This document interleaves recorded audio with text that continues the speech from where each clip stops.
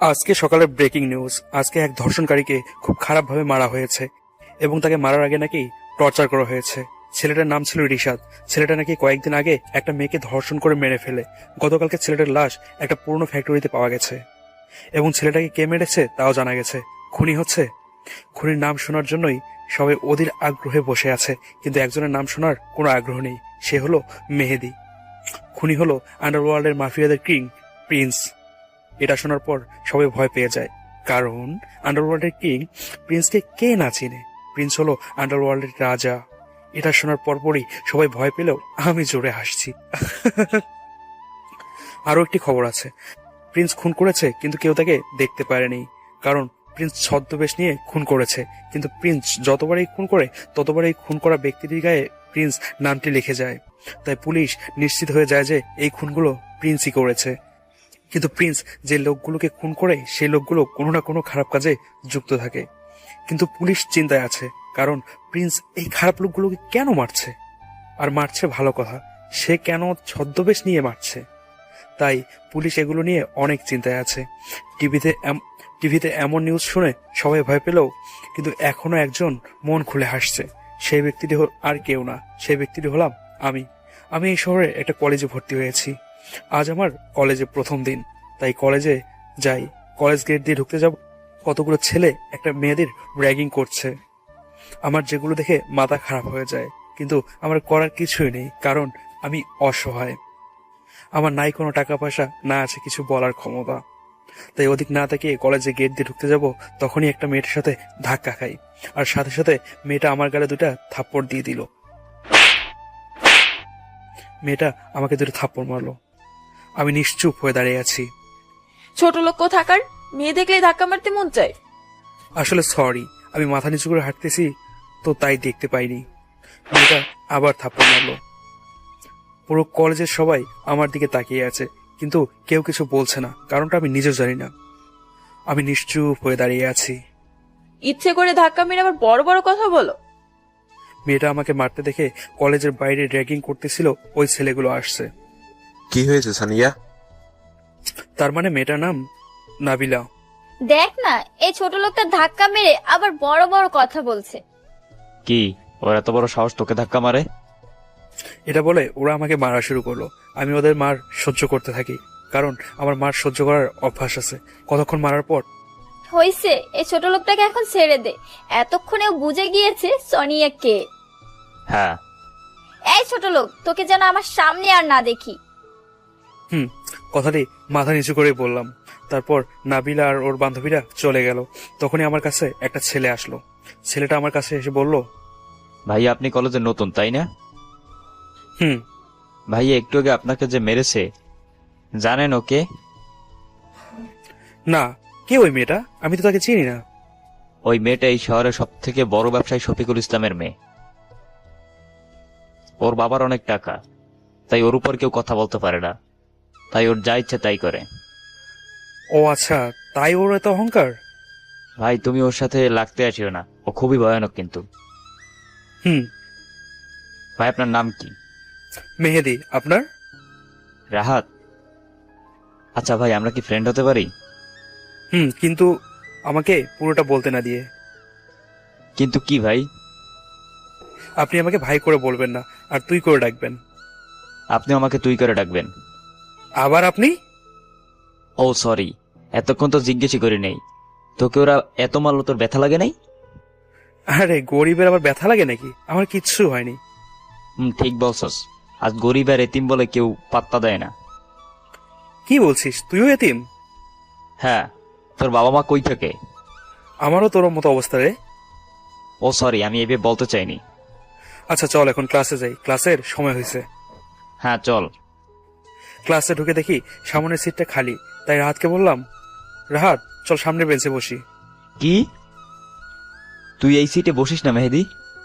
কেন রে, কি হয়েছে? তুই আগে পিছনের বেঞ্চে চল, তারপর বলতেছি। তারপর রাহাত আমাকে নিয়ে পিছনের একটা বেঞ্চে গিয়ে বসলো। আচ্ছা এখন বল, ওই বেঞ্চে কেন কেউ বসে না? কারণ এই বেঞ্চে নাবিলা ছাড়া কেউ বসতে পারে না। যদি কেউ বসে তাকে অনেক মারে। একবার একটা ছেলে বসছিল, তা দেখে নাবিল ওই ছেলেটার মাইরে হসপিটালে ভর্তি করাইছে। তারপর থেকে ওই বেঞ্চে আর কেউ বসে না, শুধু। ও ও আচ্ছা। হ্যাঁ, কখনো ওই বেঞ্চটায় বসার চেষ্টাও করিস না। কিছুক্ষণ পর নাবিলা ও তার বন্ধুরা এসে। এই মেয়ে এদিকে আয়, জি আপু বলেন। এই বেঞ্চটা পরিষ্কার করে দে। জি আপু, এখনই করে দিচ্ছি। মেয়েটা টিস্যু বের করে বেঞ্চটাকে মুছে পরিষ্কার করে দিল। এখন যা। আপু। তারপর নাবিলা আর তার বন্ধুরা বেঞ্চটাতে বসলো। কিছুক্ষণ পর স্যার আসলো। স্যার আমাকে দেখে বলল, সবাই কেমন আছো? ভালো আছি, আপনি কেমন আছেন স্যার? কথাটি সবাই একসঙ্গেই বলল। ভালো। এই ছেলে, তোমাকে তো আগে এই কলেজে আগে কখনো দেখি নাই। জি স্যার, আমি আজকে এই কলেজে ভর্তি হয়েছি। তোমাকে এই কলেজে চান্স দিছে কে? জি স্যার। তোমার মতো খ্যাত ফকিরকে এই কলেজে চান্স দিছে কে? আমি মাথা নিচু করে দাঁড়িয়ে আছি। স্যার, মনে হয় প্রিন্সিপালের হাত পা ধরে এই কলেজে চান্স পেয়েছে। নাবিলার কথা শুনে ক্লাসে সবাই জোরে জোরে হাসছে। আর এই ছেলে, তোমাকে না বলছি কতবার এই ড্রেসে কলেজে আসবে না, তারপরও তুমি এই ড্রেসে কলেজে আসো। রাহাত মাথা নিচু করে আছে। স্যার, মনে হয় টাকার অভাব আছে। টাকা না থাকলে আমাদের কাছ থেকে নিও, আমরা ভিক্ষে দিয়ে দিব। নাবিলার কথা শুনে সবাই আবার হাসছে। নাবিলা দেখ, খ্যাত দুইটা একসাথে বসেছে। নেহা, তুই ঠিক বলেছো, একটা ক্ষেত আর একটা ক্ষেতের সাথে এসে জুটেছে। স্টুডেন্ট, এসব খ্যাত নিয়ে পরে ভাবা যাবে, এখন সবাই ক্লাস করো। জি স্যার। দোস্ত, আজকে আমরা গরিব আর এতিম বলে সবাই আমাদের কত অপমান করে। রে, কিন্তু একদিন দেখবি আমরা অনেক ধনী হয়ে যাব। মানে? আমরা পড়ালেখা শেষ করে বড় চাকরি করব, করে আমরাও একদিন বড় লোক হব। হ্যাঁ, তুই ঠিক বলছো। ততদিন আমাদের অনেক কিছু সহ্য করতে হবে। এখন ওসব কথা বাদ দিয়ে ক্লাস করি। তারপর একে একে সব ক্লাস করলাম। ক্লাস শেষে সবাই বের হয়ে যেতে লাগলো। আমি রাহাত বসে আছি। কিরে, তোরা খ্যাত দুইটা এখানে বসে আছো কেন? ওরা মানে এমন কলেজের মতো বড় দালানে থাকে না তো, তাই যেতে ইচ্ছে করছে না। হ্যাঁ, তা তুই তো সবার আগে চলে যেতি, তা এখন ক্লাসে বসে আছো কেন? মনে হয় এই নতুন খ্যাতটার জন্য বসে আছে। দোস্ত, তোরা চল, এই ক্ষেতগুলোর সাথে কথা বলে লাভ নাই। দেখোস না ওদের গা থেকে কি ধরনের গন্ধ আসে। হ্যাঁ চল। এই, তোরা ক্লাস থেকে তাড়াতাড়ি যা, তা না হলে পুরো ক্লাসটা নোংরা হয়ে যাবে। ছেলেগুলো চলে গেল। দোস্ত চল, আর ওদের কথা কিছু মনে করিস না, বড় লোকগুলো এমনই হয়। চল। আচ্ছা রাহাত, তুই তোর পড়ালেখার খরচ কিভাবে চালাস? টিউশনই করে চালাই। তুই? কোন রকম চালাতে পারি আর কি। মানে? পরে জানতে পারবি। পরে কেন জানতে পারবো? এত কথা বলিস কেন? বললাম না পরে জানতে পারবি। হ্যাঁ। আমি আর রাহাত কথা বলতে বলতে কলেজের মাঠে চলে আসছি। দেখি নাবিলা ও তার বন্ধুরা মাঠের কোনো একটা গাছের নিচে আড্ডা দিচ্ছে। নাবিলা আমাদের দেখে ডাক দিল। এই ক্ষেতরা, এদিকে আয়। দোস্ত চল, ডাকতেছে। আমাদের কেন ডাকছে? কথা না বলে চল তো। নাবিলার কাছে এসে, আপু আসছি। তোদের ডেকেছি আরো আগে, আর আসতে তো দেরি হলো কেন? না মানে আপু কিছু না। সত্যি করে বল, না হলে তো জানিস আমি কিভাবে কথা বের করি। আপু ও শুধু জিজ্ঞেস করলো আপনি কি জন্য ডাকছেন। কি রে, তুই জানো আমি কে? আমি ডাকছি মানে তোকে অবশ্যই আসতে হবে, না হলে সকালের কথা মনে আছে? আপু ও নতুন, তাই বুঝতে পারে নাই, ওকে এবার মাফ করে দেন। এই, তোর সাথে কথা বলছি, তুই কেন কথা বলতেছিস? রাহাত মাথা নিচু করে আছে। এই ক্ষেত, তুই আজকে প্রথম, তাই তোকে মাফ করে দিলাম। এরপর যদি তোকে ডাক দেই চলে আসবি, না হলে। আমি মাথা নাড়লাম। এখন তোরা দুজনে যা, আর আমাদের সবার জন্য আইসক্রিম নিয়ে আয়। কিন্তু আপু টাকা? আমাদের কাছে তো টাকা নেই। আমরা জানি তোদের মতো ফকিররা কখনো আইসক্রিমের টাকা দিতে পারবে না। এই নে টাকা। আমি আর রাহাত টাকাগুলো নিয়ে নাবিলা আর ওর বন্ধুদের জন্য আইসক্রিম নিয়ে আসলাম। আইসক্রিমগুলো এনে নাবিলা আর ওদের বন্ধুদের দিল। আপু আমরা এখন যেতে পারি? আমি আর রাহাত মিলেই কথাটা বললাম। এই, তোদের আমি এখন যেতে বলছি? তাহলে আমার কথা ছাড়া তোরা যেতে চাইলি কেন? না আসলে আমাকে পুরোটা বলতে না দিয়ে। নাবিলা, ওদের যেতে দে। ওরা আমাদের সাথে থাকলে আমাদের খাওয়ায় সমস্যা হবে। দুজনে আমাদের খাবার সময় আমাদের দিকে তাকিয়ে থাকবে, পরে আবার আমাদের পেট খারাপ হতে পারে। তুই একদম ঠিক বলেছিস। এই, তোদের মতো ফকিরদের এগুলো খাওয়ার কোনো উপযুক্ত সময় হয়নি। যা, তোরা তাড়াতাড়ি এক্ষুনি এখান থেকে যাবি। বলে আমি একটা হাসি দিয়ে চলে আসতে যাব, তখনই অভি আমাকে পা দিয়ে ফেলে দেয়। আমি গিয়ে সোজা নাবিলার গায়ে গিয়ে পড়লাম। নাবিলা আমাকে ধাক্কা দিয়ে ওর গা থেকে সরিয়ে দিয়ে ঠাস ঠাস নাবিলা আমার গালে 2টা থাপ্পড় মারলো। কুত্তা, তোর কত বড় সাহস, তুই আমার গায়ের উপর পড়ো? আসলে আপু আমাকে পুরোটা বলতে না দিয়ে তুই সকালে আমাকে ধাক্কা দিয়েছিস, তোকে এত মারলাম, তারপরে তুই আমাকে ধাক্কা মারলি। এই ক্ষেতের বাচ্চা, তোর এত বড় সাহস কি করে হয়? তুই নাবিলাকে ধাক্কা মারতেছস? এই তোরা দেখছিস কি? মার শালাকে। অভির কথা শুনে ওরা সবাই আমাকে মারা শুরু করলো। আপু ওকে মাফ করে দেন, ও ইচ্ছা করে নাই। তুই বেশি কথা বললে তোকেও মারবো। আমি রাহাতকে ইশারায় চুপ থাকতে বলি। কিছুক্ষণ মারার পর নাবিলা বলল, এই অভি, তোরা এখন এই ক্ষেতটাকে ছেড়ে দে, এতক্ষণে ওর শিক্ষা হয়েছে। নাবিলার কথা শুনে সবাই আমাকে মারা বন্ধ করে দিল।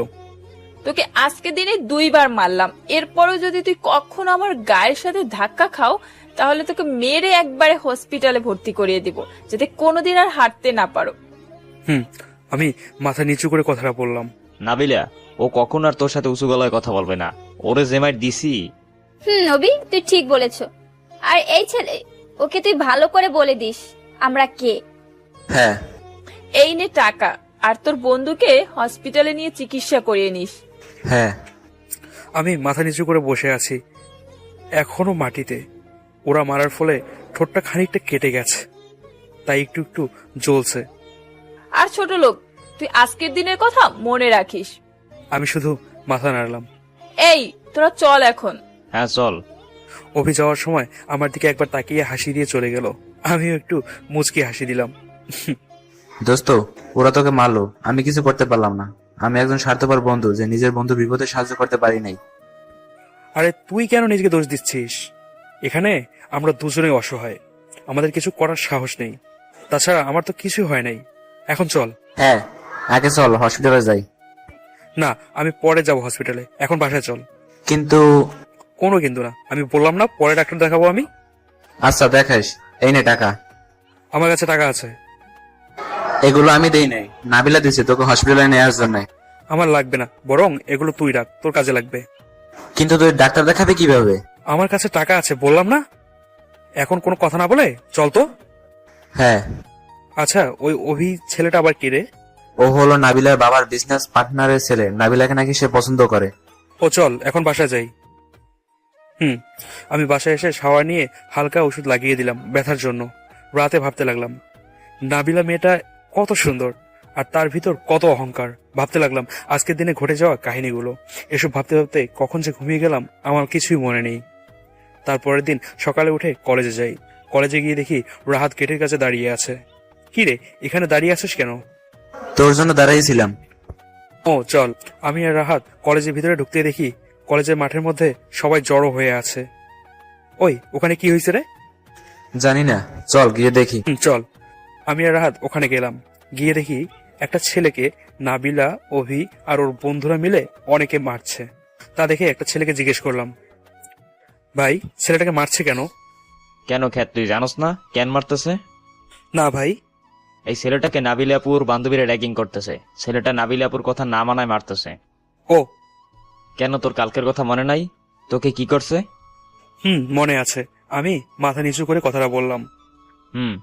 এখন আমার পাশ থেকে তোরা সবাই চলে যা, তোদের গা থেকে গন্ধ উঠতেছে। চল রাহাত, ক্লাসে যাই। হ্যাঁ চল। আমি আর রাহাত যখন ক্লাসের জন্য রওনা দিব তখন নাবিলা ডাক দিল, এই খ্যাত এদিকে আয়। জি আসতেছি আপু। এই তোকে ডাকিনি, আমি ওই খ্যাতটাকে ডেকেছি। তোকে না আর একবার যদি কথা বলতে দেখি তাহলে খবর আছে। এই তুই এদিকে আয়। আমি রাহাতকে উদ্দেশ্য করে বললাম যাতে কোনো কথা না বলে। তোকে কালকে এত মারলাম, তাও কিভাবে কলেজে আসলি? আমি মাথাটা নিচু করে দাঁড়িয়ে আছি। তুই আমাদের সবার পা মুছে দিবি। অভি ঠিক বলেছ। এই ছেলেটাকে মারতে গিয়ে পায়ে অনেক ময়লা লেগে গিয়েছে, পরিষ্কার করা দরকার। এখন তুই পরিষ্কার করে দিবি। নাবিলা এই ক্ষেতটাকেও নে পরিষ্কার করতে। তুই এদিকে আয়, আমাদের পাগুলো পরিষ্কার করে দে। কিন্তু কি দিয়ে পরিষ্কার করব? সেটা তুই জানো। কেন, তোর সার দিয়ে পরিষ্কার করবি? কিন্তু আমার শার্ট তো নষ্ট হয়ে যাবে। ওই তোর এই খ্যাত মার্কার শার্ট নষ্ট হলে কি সমস্যা? রাহাত আর আমি মাথা নিচু করে আছি। তাছাড়া শার্টের টাকা তো আমি দেব। কিন্তু আপু সবার সামনে আমার একটু সম্মান আছে না? এই খ্যাত, তোর আবার কি সমস্যা? 2 টাকার ক্ষেত, তোর আবার সমস্যা? তাছাড়া পা মুছে দে, না হলে। না না আপু, আমি করে দিতেছি। হ্যাঁ কর। রাহাত নিজের শার্ট খুলছে, কিন্তু আমি এখনো দাঁড়িয়ে আছি। এই তুই দাঁড়িয়ে আছিস কেন? তুই শার্ট খুলতেছিস না কেন? আমি কেন? আমাকে রাহাত পুরোটা বলতে না দিয়ে ইশারা দিয়ে শার্ট খুলে ফেলতে বলল। আমি নিজের শার্ট খুলে ফেললাম। কলেজের সবার সামনে শার্ট খুলতে লজ্জা লাগলেও আমাদের কিচ্ছু করার নেই। শার্ট খোলার পর এখন পা মোছা শুরু কর। আমি কিছুটা অনিচ্ছা সত্ত্বেও নাবিলের পা মুছতে শুরু করলাম। ভালো করে মুছ, যাতে কোনো ময়লা না থাকে। আমার আর রাহাতের কাণ্ড দেখে কলেজে সবাই হাসছে। আমি আর রাহাত মাথা নিচু করে পা মুছে দিচ্ছি নাবিলা আর ওর বন্ধুদের। নাবিলার পা মোছার পর ওই তুই এখন আমার পা মুছে দে। আমি মুছে দিব? তো আমি কি অন্য কাউকে বলছি নাকি? তাড়াতাড়ি মুছে দে। কিছুটা অবাক হয়ে বললাম। আমি অভির পা মুছে দিলাম। পা মোছা শেষ হতেই অভি আমার বুকে একটা লাথি মেরে দিল। আমি কিছুটা দূরে গিয়ে ছিটকে পড়লাম। এটা দেখে কলেজের সবাই হেসে দিল। রাহাত আমার দিকে করুণ ভাবে তাকিয়ে আছে। কেমন দিলাম মিস্টার খ্যাত? আমি মাথা নিচু করে আছি। খ্যাত মনে হয় ব্যথা পাইছে। নাবিলা, খ্যাতকে কিছু টাকা দিয়ে দে, যাতে ওষুধ খেয়ে একটু ব্যথা কমাতে পারে। এই নে টাকা, আর ওষুধ খেয়ে নিস। এই নাবিলা, চলো ক্লাসে। চল। নাবিলা আর ওর বন্ধুরা চলে গেল ক্লাসে। অভি যাওয়ার সময় আমার দিকে তাকিয়ে একটা হাসি দিয়ে চলে গেল। আমিও একটা মুচকি হাসি দিলাম। দোস্ত চল ডাক্তারের কাছে যাই। দোষ শালা, আমার কিছুই হয় নাই। চল তো ক্লাসে আগে। কি? অবাক হওয়ার কিছু নেই, আমার কিছু হয় নাই। বললাম না ক্লাসে চল। হ্যাঁ। আচ্ছা দোস্ত, ওরা এত কিছু করে, ওদের পুলিশ কিছু বলে না কেন? তুই কি বলত নাকি? আমি কেন বলো দিতে যাব? শালা টাকা থাকলে মামুকে অভাব হয় নাকি? ক্লাসে ঢোকার সময় সবাই আমার দিকে তাকিয়ে হাসছে, কারণ একটু আগে সবার সামনে নাবিলা কি করলো, পুরো প্রেস্টিজ পাংচার করে দিয়েছে। কিছুক্ষণ পর স্যার আসছে। স্যার এসে আমাকে আর রাহাতকে নানা ভাবে অপমান করলো। সব সহ্য করলাম। তারপর ক্লাস শেষে সবার আগে বাসায় চলে আসলাম, যাতে কেউ কিছু বলতে না পারে। রাতের খবরে প্রতিদিনই একটা নিউজ আসে প্রিন্সের নামে। প্রিন্স প্রতিদিনই একজন একজন করে খারাপ লোককে মারে। তা শুনে সবাই খুশি, কারণ দেশে খারাপ কাজ এখন আর বেশি হয় না। আর এদিকে আমার আর রাহাতের জীবন চলছে কলেজে সবার সামনে অপমানিত হয়ে। এভাবে কয়েকটা মাস কেটে গেল। এই কয়েক মাসে কলেজের সবাই আমাকে আর রাহাতকে নানা ভাবে অপমান করেছে। নাবিলা আর ওর বন্ধুরা অনেকে অপমান করেছে আমাদের দুজনকে, তবে বেশি অপমান করেছে আমাকেই। অনেকবার নাবিলা আর ওর বন্ধুরা মারছেও, কিন্তু আমি সব সহ্য করে নিয়েছি। একদিন আমি আর রাহাত কলেজে যাই। কলেজে গিয়ে দেখি একটা মেয়ে কান্না করছে। পাশে একটা ছেলে রক্তাক্ত অবস্থায় দাঁড়িয়ে আছে। আমি গিয়ে জিজ্ঞেস করলাম, কি হয়েছে ভাইয়া? ছেলেটা আর মেয়েটা আমার দিকে একবার তাকিয়ে মাথা নিচু করে আছে, আর মেয়েটা এখনো কান্না করছে। আমি আবারও জিজ্ঞেস করলাম, ভাই কি হয়েছে? ভাই অনেক কিছু হয়েছে। বলো কি হয়েছে? ভাই তুমি শুনলেও কিছু করতে পারবে না। ভাই বলো না, কিছু না করতে পারলেও বলো। আচ্ছা ভাই, তাহলে শোন, আমরা দুজন দুজনকে ভালোবাসি। আজকে যখন কলেজে আসি, নাবিলা আপু আর ওর বন্ধুরা আড্ডা দিতেছে। আমি আর নীলা যখন গেট দিয়ে ঢুকতে যাব, তখনই নাবিলা আপুর বন্ধু অবি আমাদেরকে ডাক দিল। ওদের কাছে যেতেই ওরা আমাদেরকে টিজ করতে শুরু করে। এই সময় নাবিলার বন্ধু অবি নীলার গায়ে হাত দেয়, তাই আমি বাধা দেওয়াতে আমাকে মারধর করে। পাশে থাকা মেয়েটা আরো জোরে জোরে কান্না করছে। এটা শোনার পর আমার মাথা প্রচন্ড রকমের গরম হয়ে যায়। আমি ওখান থেকে নাবিলা আর ওর বন্ধুরা যেখানে আড্ডা দিচ্ছে ওইখানে যাচ্ছি। তখন রাহাত বলল, মেহেদি যাস না, ওরা বেশি ভয়ানক। আমি কোনো কথা না বলে ওদের সামনে গেলাম। আমাকে দেখে বলল, কি রে ক্ষেত, অন্যদিন তো ডেকে আনতে হয়, আজ নিজে চলে আসলি? ওর মনে হয় আজকে র্যাঙ্কিং হওয়ার খুব ইচ্ছে, তাই চলে এসেছে। তাহলে তো একটু র্যাগিং করা দরকার। এই তোরা ওকে ধর, আজকে ওকে নিয়ে ডাস্টবিনের ভিতরে ফেলাও। এই বলে অভি আর ওর বন্ধুরা আমাকে ধরতে আসবে। তার আগেই আমি হিন্দি ফিল্মের মতো অভির পেটে দিলাম একটা ঘষি। অভি আর ওর বন্ধুরা সবাই গিয়ে একটু দূরে গিয়ে পড়লো। সবাই ঠাস করে একটা কিছু পড়ে যাওয়ার আওয়াজ শুনে পিছনে তাকায়। পিছনে তাকিয়ে দেখে অভি আর ওর বন্ধুরা মাটিতে পড়ে আছে, আর আমি সামনে দাঁড়িয়ে আছি। আমার মায়ের দেখে নাবিলা, রাহাত আর কলেজের সবাই অনেক বেশি অবাক হলো। তোর এত বড় সাহস, তুই আমার বন্ধুদের গায়ে হাত তুলো? তোরা একটু আগে এই মেয়েকে মানে নীলাকে ইপটিজিং করেছিস, আর ওকে মানে নীলার বিএফকে মারার কারণে, তাই আমি ওকে মারছি। এখানে সাহসের কি দেখলি? ওদের মারলে তোর সমস্যা কি? কারণ এরা একে অপরকে অনেক বেশি ভালোবাসে, আর আমি কখনো একজনের ভালোবাসার মানুষকে অন্য কোনো ছেলে ইপটিজিং করতে দেখতে পারি না। তো ওর ভালোবাসার মানুষকে ইপটিজিং করলে তোর কি সমস্যা? আরে তুই কখনো ভালোবাসা কি চিনিস নাকি? ভালোবাসা কাকে বলে? ভালোবাসা কি জিনিস? আরে তুই তো একজন মেয়ে, তোর সামনে আরেকজন মেয়েকে ইপটিজিং করছে, তুই কিছু বললি না, আরো তুই ওকে সাপোর্ট করতেছিস। এখন যদি ওর মানে নীলার জায়গায় তুই থাকতি, তোকে ইপটিজিং করলে তোর কেমন লাগতো বলতো? তোর মতো 2 টাকার ক্ষেতের আমাকে জ্ঞান দেয়া লাগবে না। এটা কোনো জ্ঞান না, যা সত্য তাই বললাম। তোকে আমি দেখে নেব, তুই নাবিলা চৌধুরীর গায়ে হাত দিয়েছিস। দেখে নিস, সাথে ক্যামেরা আনিস, যাতে সারা বছর চিনে রাখতে পারিস আমায়। তুই আমার গায়ে হাত তুলছিস, তোরে তো আমি। আয় মার, আয় তোর বাবার মাল, আয় মার বলেই দৌড়ে গিয়ে অভির বুকে আরেকটি ঘুষি মারলাম। অভি গিয়ে সোজা নাবিলার পায়ের কাছে পড়লো। তারপর নাবিলাকে বললাম, যা তোর বন্ধুকে নিয়ে যা আর হসপিটালে ভর্তি করাই আয়, না হলে মারা যাবে। টাকা লাগলে আমার কাছে এসে নিস। তোকে আমি দেখে নিব, তুই নাবিলা চৌধুরীর গায়ে হাত দিয়েছিস। যা যা দেখে নিস। নাবিলা রাগে গস গস করতে করতে চলে গেল, আর কলেজের ছেলেরা সবাই আমার দিকে অবাক হয়ে তাকিয়ে আছে। যে মেয়ের সাথে কেউ কথা বলতে ভয় পায়, আর সেই মেয়েকে এই ছেলে মারলো। আমি রাহাতের কাছে যাই, রাহাত অবাক হয়ে আমার দিকে তাকিয়ে আছে। এইভাবে অবাক হওয়ার কি আছে? রাহাত এখনো নিশ্চুপ। ওই হ্যাঁ, আচ্ছা আপনি কি মেহেদি? ওই শালা, আমি মেহেদি না হলে এতদিন তোর সাথে কে আসছিল? হ্যাঁ হ্যাঁ, তাও ঠিক। আচ্ছা তুই মারামারি জানো? আমি আরো অনেক কিছু জানি, এখন চল। আচ্ছা একটু আগে যে মায়ের দিলি ওটার নাম কি? বাংলা মায়ের, এত কথা না বলে চল। হ্যাঁ। আমি আর রাহাত তারপর নীলা আর ওর বিএফ মানে ওই ছেলেটার কাছে গেলাম। ভাই, তোমাকে ডাক্তারের কাছে নিতে হবে। ছেলেটার মেয়েটা এখনো নিশ্চুপ। কি হয়েছে? ভাই তুমি জানো একটু আগে তুমি কার গায়ে হাত তুলছো? এসব বাদ দাও তো, এখন বলো তোমাকে হসপিটালে যেতে হবে কিনা। না ভাই, আমার কিছু হয়নি। ভাই তুমি এখন বাসায় চলে যাও, আর কলেজে আসিও না, কারণ না পেলে একটু পর পুলিশ নিয়ে আসবে। পুলিশ আসলে তোমাকেও থানা যেতে হবে, তারপর তোমার হাড্ডি গুড্ডি রাস্তা রাখবে না। ভাইয়া, নীল ঠিক বলেছে, তুমি চলে যাও, না হলে তোমার।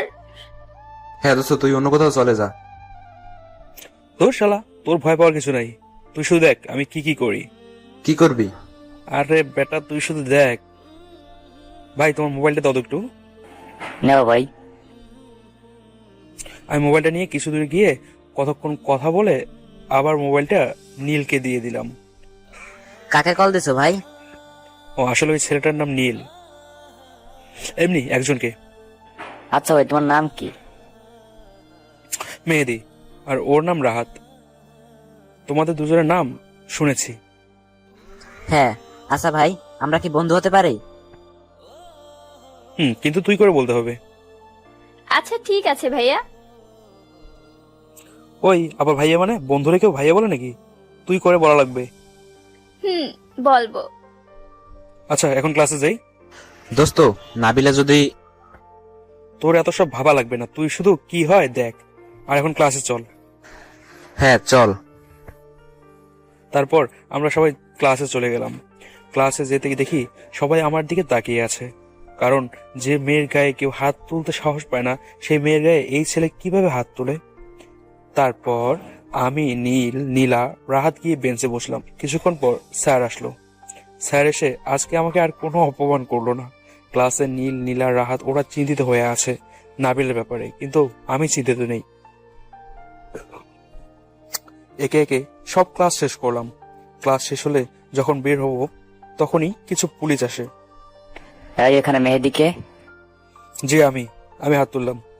আমার হাত তোলা দেখে নীল, রাহাত, নীলা কলেজের সবাই অবাক হয়েছে। চল থানায় চল। এই বেয়াদবের বাচ্চা, তোর কাছে জিজ্ঞেস করতে হবে তোকে কেন নিয়ে যাব? চুপচাপ থানায় চল। স্যার আসলে এই তোরা আবার কারা? স্যার আমরা ওর বন্ধু। স্যার আপনি ওকে ভুল বুঝতেছেন। কোনটা ভুল কোনটা সঠিক তোদের কাছ থেকে শিখতে হবে নাকি? বেশি কথা বলে তোদেরকে ধরে নিয়ে যাব। আমি ইশারায় নীল, নীলা আর রাহাতকে চুপ থাকতে বলি। স্যার, আপনি আমাকে ধরে নিয়ে গিয়ে বড় ভুল করতেছেন। ওই কোনটা এত বড় সাহস যে আমার মুখের উপর কথা বলিস? তোকে আজ আমি জেলে নিয়ে কি অবস্থা করি দেখ। আমি শুধু মুচকি মুচকি হাসছি। থানায় এসে দেখি নাবিলা আর নাবিলার বাবা আর অভির বাবা বসে আছে। আমাকে দেখে বলল, বাবা, এই ছেলেটা আমার গায়ে হাত তুলেছে আর অবিকে মেরেছে। নাবিলার বাবা আর অভির বাবা আমার কাছে এসে দুজনে আমার কলার ধরে বলল, তোর এত বড় সাহস, তুই আমার মেয়ের গায়ে হাত তুলিস? আজকে তুই বুঝবি আমার মেয়ের গায়ে হাত তোলা পরিণাম কি। এই ছেলে আমার ছেলেকে মারছে, আজ দেখবি তোর কি অবস্থা করি। আরো মারতে যাবে এমন সময় ওসি এসে অভির বাবাকে আটকে ফেলে। স্যার আপনার কষ্ট করতে হবে না, আমি আছি এর জন্য। এই কুত্তার বাচ্চার জন্য একটা হাড্ডিও রাস্তা না থাকে। হ্যাঁ স্যার। ওসি আমাকে একটা ধাক্কা দিল। আমি গিয়ে সোজা নাবিলার সামনে গিয়ে পড়লাম। নাবিলা আমাকে থাপ্পড় মারলো। তুই আজকে আমার গায়ে হাত তুলেছিস, এখন তুই বুঝবি আমি কি জিনিস। আমি নাবিলাকে একটা মুচকি হাসি দিয়ে বললাম, একটু পর অ্যাকশন শুরু হবে, তখন বুঝে নিবি আমি কি নাকি তুই কে। তোকে তো আমি। তোর তো দেখি এখনো তেজ যায়নি। তারপর নাবিলাকে বলল, ম্যাডাম আপনারা আসুন, বসুন, আমি এই কুত্তাটাকে দেখতেছি। ভালো করে দেখুন যাতে আমার দিকে আর চোখ তুলে তাকাতে না পারে। ওই কুত্তার বাচ্চারা এমন মার দেবেন যাতে আর কোনোদিন আমার মেয়ের গায়ে হাত দেওয়ার সাহস তো দূরের কথা, আমার মেয়ের দিকে তাকাইতেই যেন ভয় পায়। ওই কুত্তার বাচ্চার এত বড় সাহস আমার ছেলেকে মারে। ওসি, ওর হাত পা সব ভেঙে দিন, যত টাকা লাগে আমার কাছ থেকে নিয়েন। স্যার আপনারা শুধু দেখেন আমি ওর কি করি। এটা বলে জেলের ভিতর ঢুকে আমার কাছে এসে বলল, তুই বড় সাহস হয়ে গেছিস, তাই দেখা যাচ্ছে। আমি শুধু মুচকি মুচকি হাসছি। ওই তুই আর হাসবি না, জানোস এখন তোর আমি কি অবস্থা করব? আমি সব জানি এখন কি কি ঘটবে, প্রস্তুত থাক তা দেখার জন্য। তোর সাহস দেখে আমি অবাক হয়ে যাচ্ছি। একটু পর আরো অনেক বেশি অবাক হয়ে যাবে। ওই ওসি, ওখানে এত কথা না বলে ওকে মেরে হাত পা ভেঙে দে। জি স্যার, তোর বাচ্চা এতক্ষণে অনেক হাসছে, এইবার ওরে কাঁদাবো, দেখ আমি তোর কি অবস্থা করি। ওসি এটা বলে যখনই মারতে যাবে তখনই চারদিকে শো শো করে বাতাস বইতে শুরু করে আর হেলিকপ্টারের আওয়াজ আসছে। আমি তখন প্রচন্ড রকম জোরে হাসতে থাকি। তোর হাসি আমি বের করতেছি। এটা বলে ওসি যখন আমাকে মারবে তখন বাইরে থাকা কনস্টেবলটা দৌড়ে হাঁপাতে হাঁপাতে এসে বলল, স্যার, শহরের সবচেয়ে বড় দুই ডন রানা আর রাজু আসছে, যারা কিনা মাফিয়াদের কিং প্রিন্সের ডান হাত। ওনাদের সাথে স্যার 3টা হেলিকপ্টার আসছে আর সাথে অনেকগুলো লোক। এটা শোনার পর নাবিলা, নাবিলার বাবা, অভির বাবা সবাই বসা থেকে দাঁড়িয়ে যায়। আর এদিকে ওসি আর থানার সব লোক ভয়ে কাঁপতে থাকে রানা আর রাজুর নাম শুনে। রানা রাজুকে না চেনে এই শহরে এমন কেউ নেই। এই শহরের সবচেয়ে বড় ডন রানা আর রাজু, আর তাদের দুজনের উপরে রয়েছে ওয়ার্ল্ড মাফিয়াদের রাজা প্রিন্স, যাকে এখন পর্যন্ত তার লোক ছাড়া আর কেউ দেখেনি। রানা আর রাজু হঠাৎ তার সাথে ওসি সহ সবাই ভয় পাইছে। আমি হাসতেছি। তোর হাসি পরে বের করবো, আগে দেখি রানা আর রাজু ভাইরে কি জন্য আসছে। যা ভালো করে দেখে আয়। ওসি তাড়াতাড়ি দৌড়ে গিয়ে স্টেশনের বাইরে গেল। বাইরে গিয়ে দেখে অনেকগুলো গাড়ি আর অনেক লোক বন্দুক নিয়ে দাঁড়িয়ে আছে, আর রানা আর রাজু দুজনে 2টা হেলিকপ্টার থেকে নামতেছে। আর একটা হেলিকপ্টার দেখতে অনেক সুন্দর আর অন্য হেলিকপ্টারগুলোর থেকে অনেক বেশি দামি। রানা আর রাজু হেলিকপ্টার থেকে নামতেই ওসি আর সব পুলিশ দৌড়ে তার কাছে গেল। ভাই আপনি এখানে?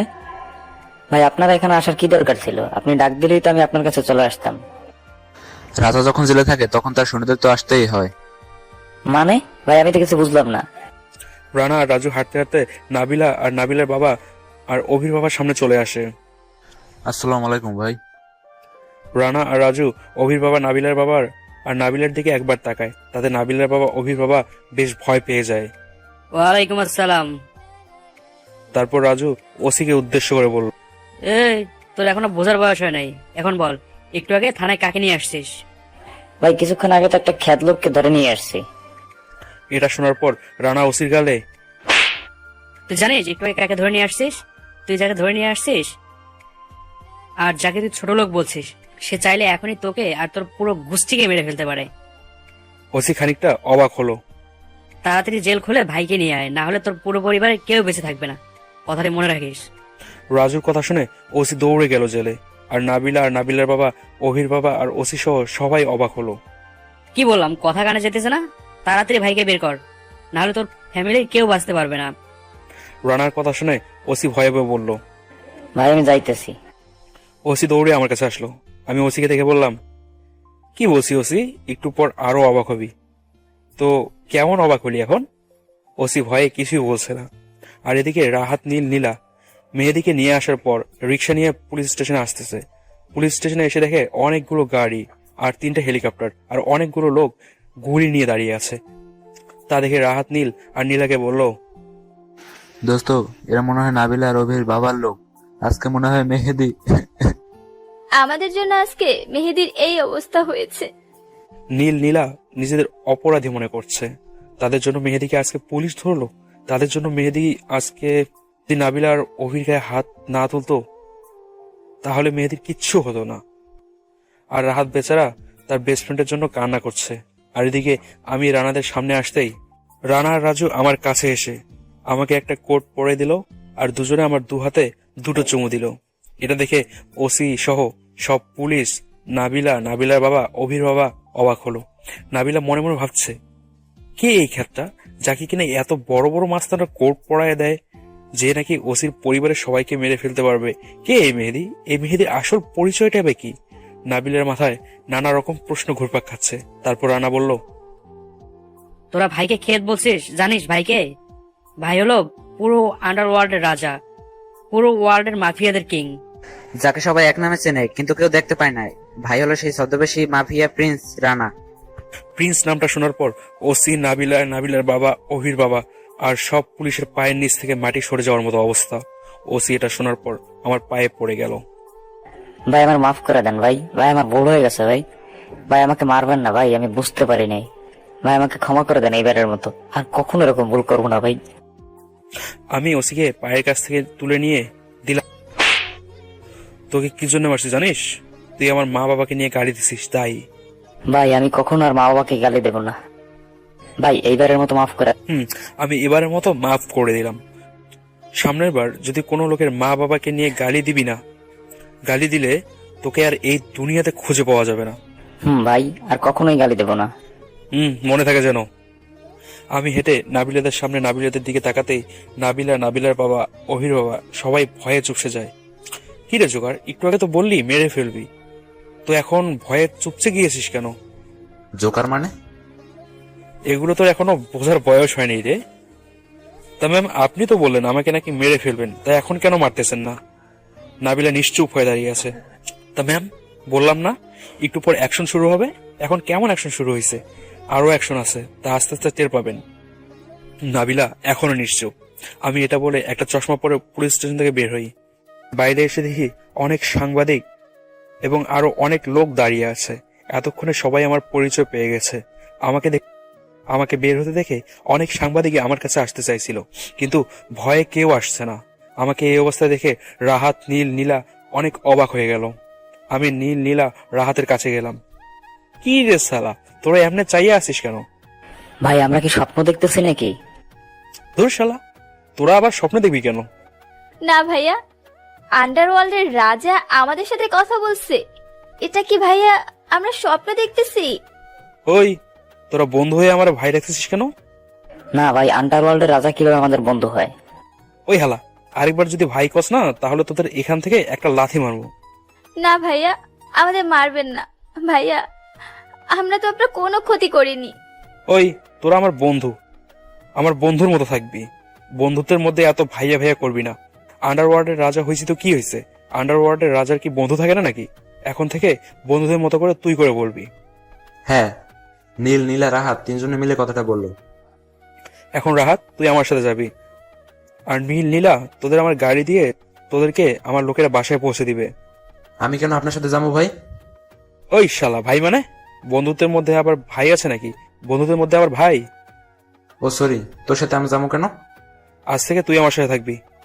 তোর সাথে থাকবো মানে? ওদিকে সবাই একটু অবাক হলো। ওয়ার্ল্ডের কিং কেন এত লোক থাকতে এই দুটো ছেলে আর একটা মেয়ের সাথে কথা বলছে? আমার সাথে আমার বাসায় থাকবি। কিন্তু কোনো কিন্তু না, এখন চল আমার সাথে, চল এখন। কিন্তু মেস থেকে আমার সব জিনিস আনতে হবে আগে। সব আমার লোকেরা নিয়ে আসবে, চল। হ্যাঁ।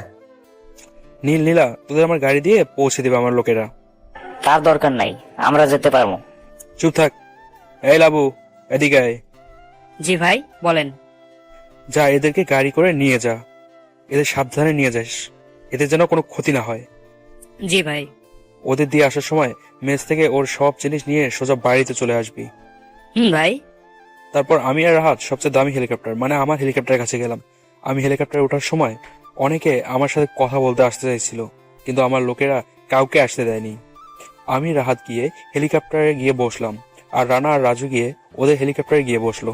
আমি হেলিকপ্টারে বসার পর নাবিলার দিকে একবার তাকালাম, দেখি নাবিলা আমার দিকে অবাক চোখে তাকিয়ে আছে। কিছুক্ষণ পর আমি, রাহাত আর রানা, রাজু সবাই আমার বাসায় চলে আসি। বাসায় আসতেই আমার হেলিকপ্টার আমার নিজের বাসার ছাদে বসে, আর রানা আর রাজুদের হেলিকপ্টার আরো সামনে যাচ্ছে। এটা দেখেই রাহাত বলল, ওদের হেলিকপ্টার আবার কই যায়? ওদের হেলিকপ্টার একটু সামনে গিয়ে ওখানে বসবে, আর ওরা ওখান থেকে গাড়ি নিয়ে বাসায় চলে আসবে। ও আচ্ছা। আমি আর রাহাত হেলিকপ্টার থেকে নামতেই কতগুলো লোক এসে আমাকে সালাম দিল। আমি ওদের সালামের উত্তর দিলাম। তারপর রাহাতকে নিয়ে আমি ছাদ থেকে নিচে নামলাম। রাহাতকে একটা রুম দেখিয়ে বললাম, আজ থেকে তুই ওই রুমে থাকবি, আর তোকে দেখাশোনার জন্য ওরা থাকবে। আমি কতগুলো লোককে দেখায় বললাম, এগুলোর দরকার কি ছিল? বেশি কথা বলিস না, তুই কলেজের শুরু থেকে বন্ধু হিসেবে আমার পাশে আসিলি, তাই এটুকু তোর জন্য কিছুই না।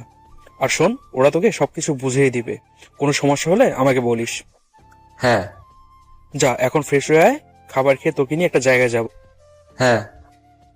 আচ্ছা যা। আমি এটা বলে চলে আসি। তারপর ফ্রেশ হওয়ার পর বাইরে এসে দেখি রাহাত, রানা আর রাজুর সাথে কথা বলতেছে। আমি ওদের দেখে বললাম, বাহ, ভালোই তো ভাব জমছে তোদের। হ্যাঁ ভাই, এই ভাইটাও খুব ভালো। এখন চল সবাই খাবার খেয়ে নিই। তারপর সবাই মিলে খাবার খেয়ে নিলাম। কিছুক্ষণ পর, দোস্ত, তুই আগে এত বড় বাড়িতে থাকতি? কম, মাঝে মাঝে থাকতাম। দোস্ত, তুই এই বাড়িতে একা থাকো? তোর কোনো শত্রু যদি তোর বাড়িতে হামলা করে তখন? আরে তুই বোকা নাকি? এখানে গেটের কাছে 50 জন লোক থাকে, তারপর ছাদে থাকে 10 জন, চারদিকে গার্ড আর অনেক বৈজ্ঞানিক যন্ত্র আছে। আর তাছাড়া আমাকে আজকে ছাড়া আর কোনোদিনও আমার লোক ছাড়া কেউ দেখেনি। আর এমন কোনো লোকের সাহস নেই আন্ডারওয়ার্ল্ডের রাজা প্রিন্সের উপর হাত দিবে। তোকে নিয়ে একটা জায়গায় যাব, বললাম না? তাড়াতাড়ি চল, ওখানে যেতে হবে তো। কই যাবি? গেলে দেখতে পাবি। আর হ্যাঁ, এখানে তোকে কেউ কিছু বলবে না, কারণ আজকে থেকে তুই এখানকার দ্বিতীয় বস। সবাই তোকে ভাই বলে ডাকবে। এখন তাড়াতাড়ি রেডি হয়ে নে, বের হতে হবে। তোর জন্য সবকিছু তোর রুমে আছে। হ্যাঁ। রাহাত রেডি হতে চলে গেল, আর আমিও রেডি হয়ে নিলাম। রাহাত রেডি হয়ে বের হওয়ার পর, দোস্ত, তোকে তো গোলাপি কোর্টে পুরো নায়কের মতো লাগছে। দোস্ত, আমার সেই নীলকুঠিতে তোকে আরো সুন্দর লাগতেছে। হইছে, আর বলতে হবে না। রানা, জি ভাই। সব খাবার দাবার আর পোশাক নিছিস তো? জি ভাই, সব গাড়িতে আছে। চল এখন সবাই। দোস্ত, খাবার আর কাপড় চোপড় কি জন্য? গেলে দেখতে পাবি, এখন চল। তারপর আমি আর রাহাত একটা গাড়িতে বসলাম, আর রানা আর রাজু, লাবু আর আমার কতগুলো লোক অন্য সব গাড়িতে। মোট গাড়ির সংখ্যা 11টি। আমার সামনে 5টি গাড়ি, আর পিছনে 5টি গাড়ি, আর আমাদের পিছনে একটা বড় ট্রাক আছে। রাস্তায় একসাথে 11টা গাড়ি চলতে দেখে সবাই বুঝে গেছে এগুলো সব আন্ডারওয়ার্ল্ডের কিং এর গাড়ি, কারণ গাড়িগুলো সব একটু আগে টিভিতে একটা পুলিশ স্টেশনে দেখাইছে। সাথে ছিল আন্ডারওয়ার্ল্ডের রাজা প্রিন্স। কিছুক্ষণ পর গাড়ি এসে একটা এতিমখানার সামনে দাঁড়ালো। তা দেখে রাহাত বুঝে গেল আমি এখানে কেন এসেছি। আচ্ছা দোস্ত, এখান তুই প্রতিদিন আসো? আসি। দোস্ত, তুই এখানে প্রতিদিন আসো, তোকে কেউ দেখে না? রানা, রাজু আর এতিমখানা সবাই দেখে। বাইরে কেউ তোকে দেখে না? রাস্তা দিয়ে যখন আসো তখন কোনো পুলিশ অথবা তোর শত্রু অথবা কোনো লোক? তুই কি পাগল নাকি? কেন? আচ্ছা, আমি যখন কলেজে যেতাম কেউ কি আমাকে চিনেছিল? তোকে চিনবে কিভাবে? তুই তো ছদ্মবেশ নিয়ে গেছিলি। ঠিক তেমনি আমি এখানেও ছদ্মবেশ নিয়ে আসছিলাম। ও আচ্ছা, আজকে তো তুই এতিমখানে আসছে, অনেকেই তো দেখেছে। তো কি হয়েছে? আজকে তো আমাকে পুরো ওয়ার্ল্ডের মানুষ দেখছে, তাই না? না, তোর কোনো শত্রু যদি তোর সাথে শত্রুতা করে, এই এতিমখানা বাচ্চা অথবা এখানে কোনো লোকের ক্ষতি করে? আরে তুই কি পাগল নাকি? প্রিন্স এমন কাঁচা কাজ কখনো করে নাকি? মানে? এখানে কোনোদিন কোনো লোক কিচ্ছু করতে পারবে না, কারণ এখানে কাজ করে প্রতিটা লোক যারা মারামারিতে ট্রেনিং প্রাপ্ত, আর সবার কাছে গুলি আছে। আর এখানে এমন কতগুলো বৈজ্ঞানিক ডিভাইস আছে যা খুব ভয়ঙ্কর। আর এখানে চারপাশে সিসি ক্যামেরা দ্বারা ঘেরা। তার মধ্যে এমন কোনো লোকের সাহস নেই যে এই এতিমখানার বাচ্চাদের ক্ষতি করবে। ও আচ্ছা, তুই এত সব জিজ্ঞেস করছিস কেন রে? আমি যদি এগুলো জিজ্ঞেস না করি, পাঠক পাঠিকরা প্রিন্সকে, প্রিন্সের লাইফ স্টাইল আর প্রিন্স কিভাবে ছদ্মবেশ নেয় তার সম্পর্কে জানবে কিভাবে? ও এখন এতিমখানার ভিতরে চল। তারপর আমি, রাহাত, রানা, রাজু মিলে এতিমখানা সব বাচ্চাদের খাবার আর পোশাক দিয়ে বাচ্চাদের সাথে কিছুক্ষণ বসে গল্প করে কিছুক্ষণ পর চলে আসি।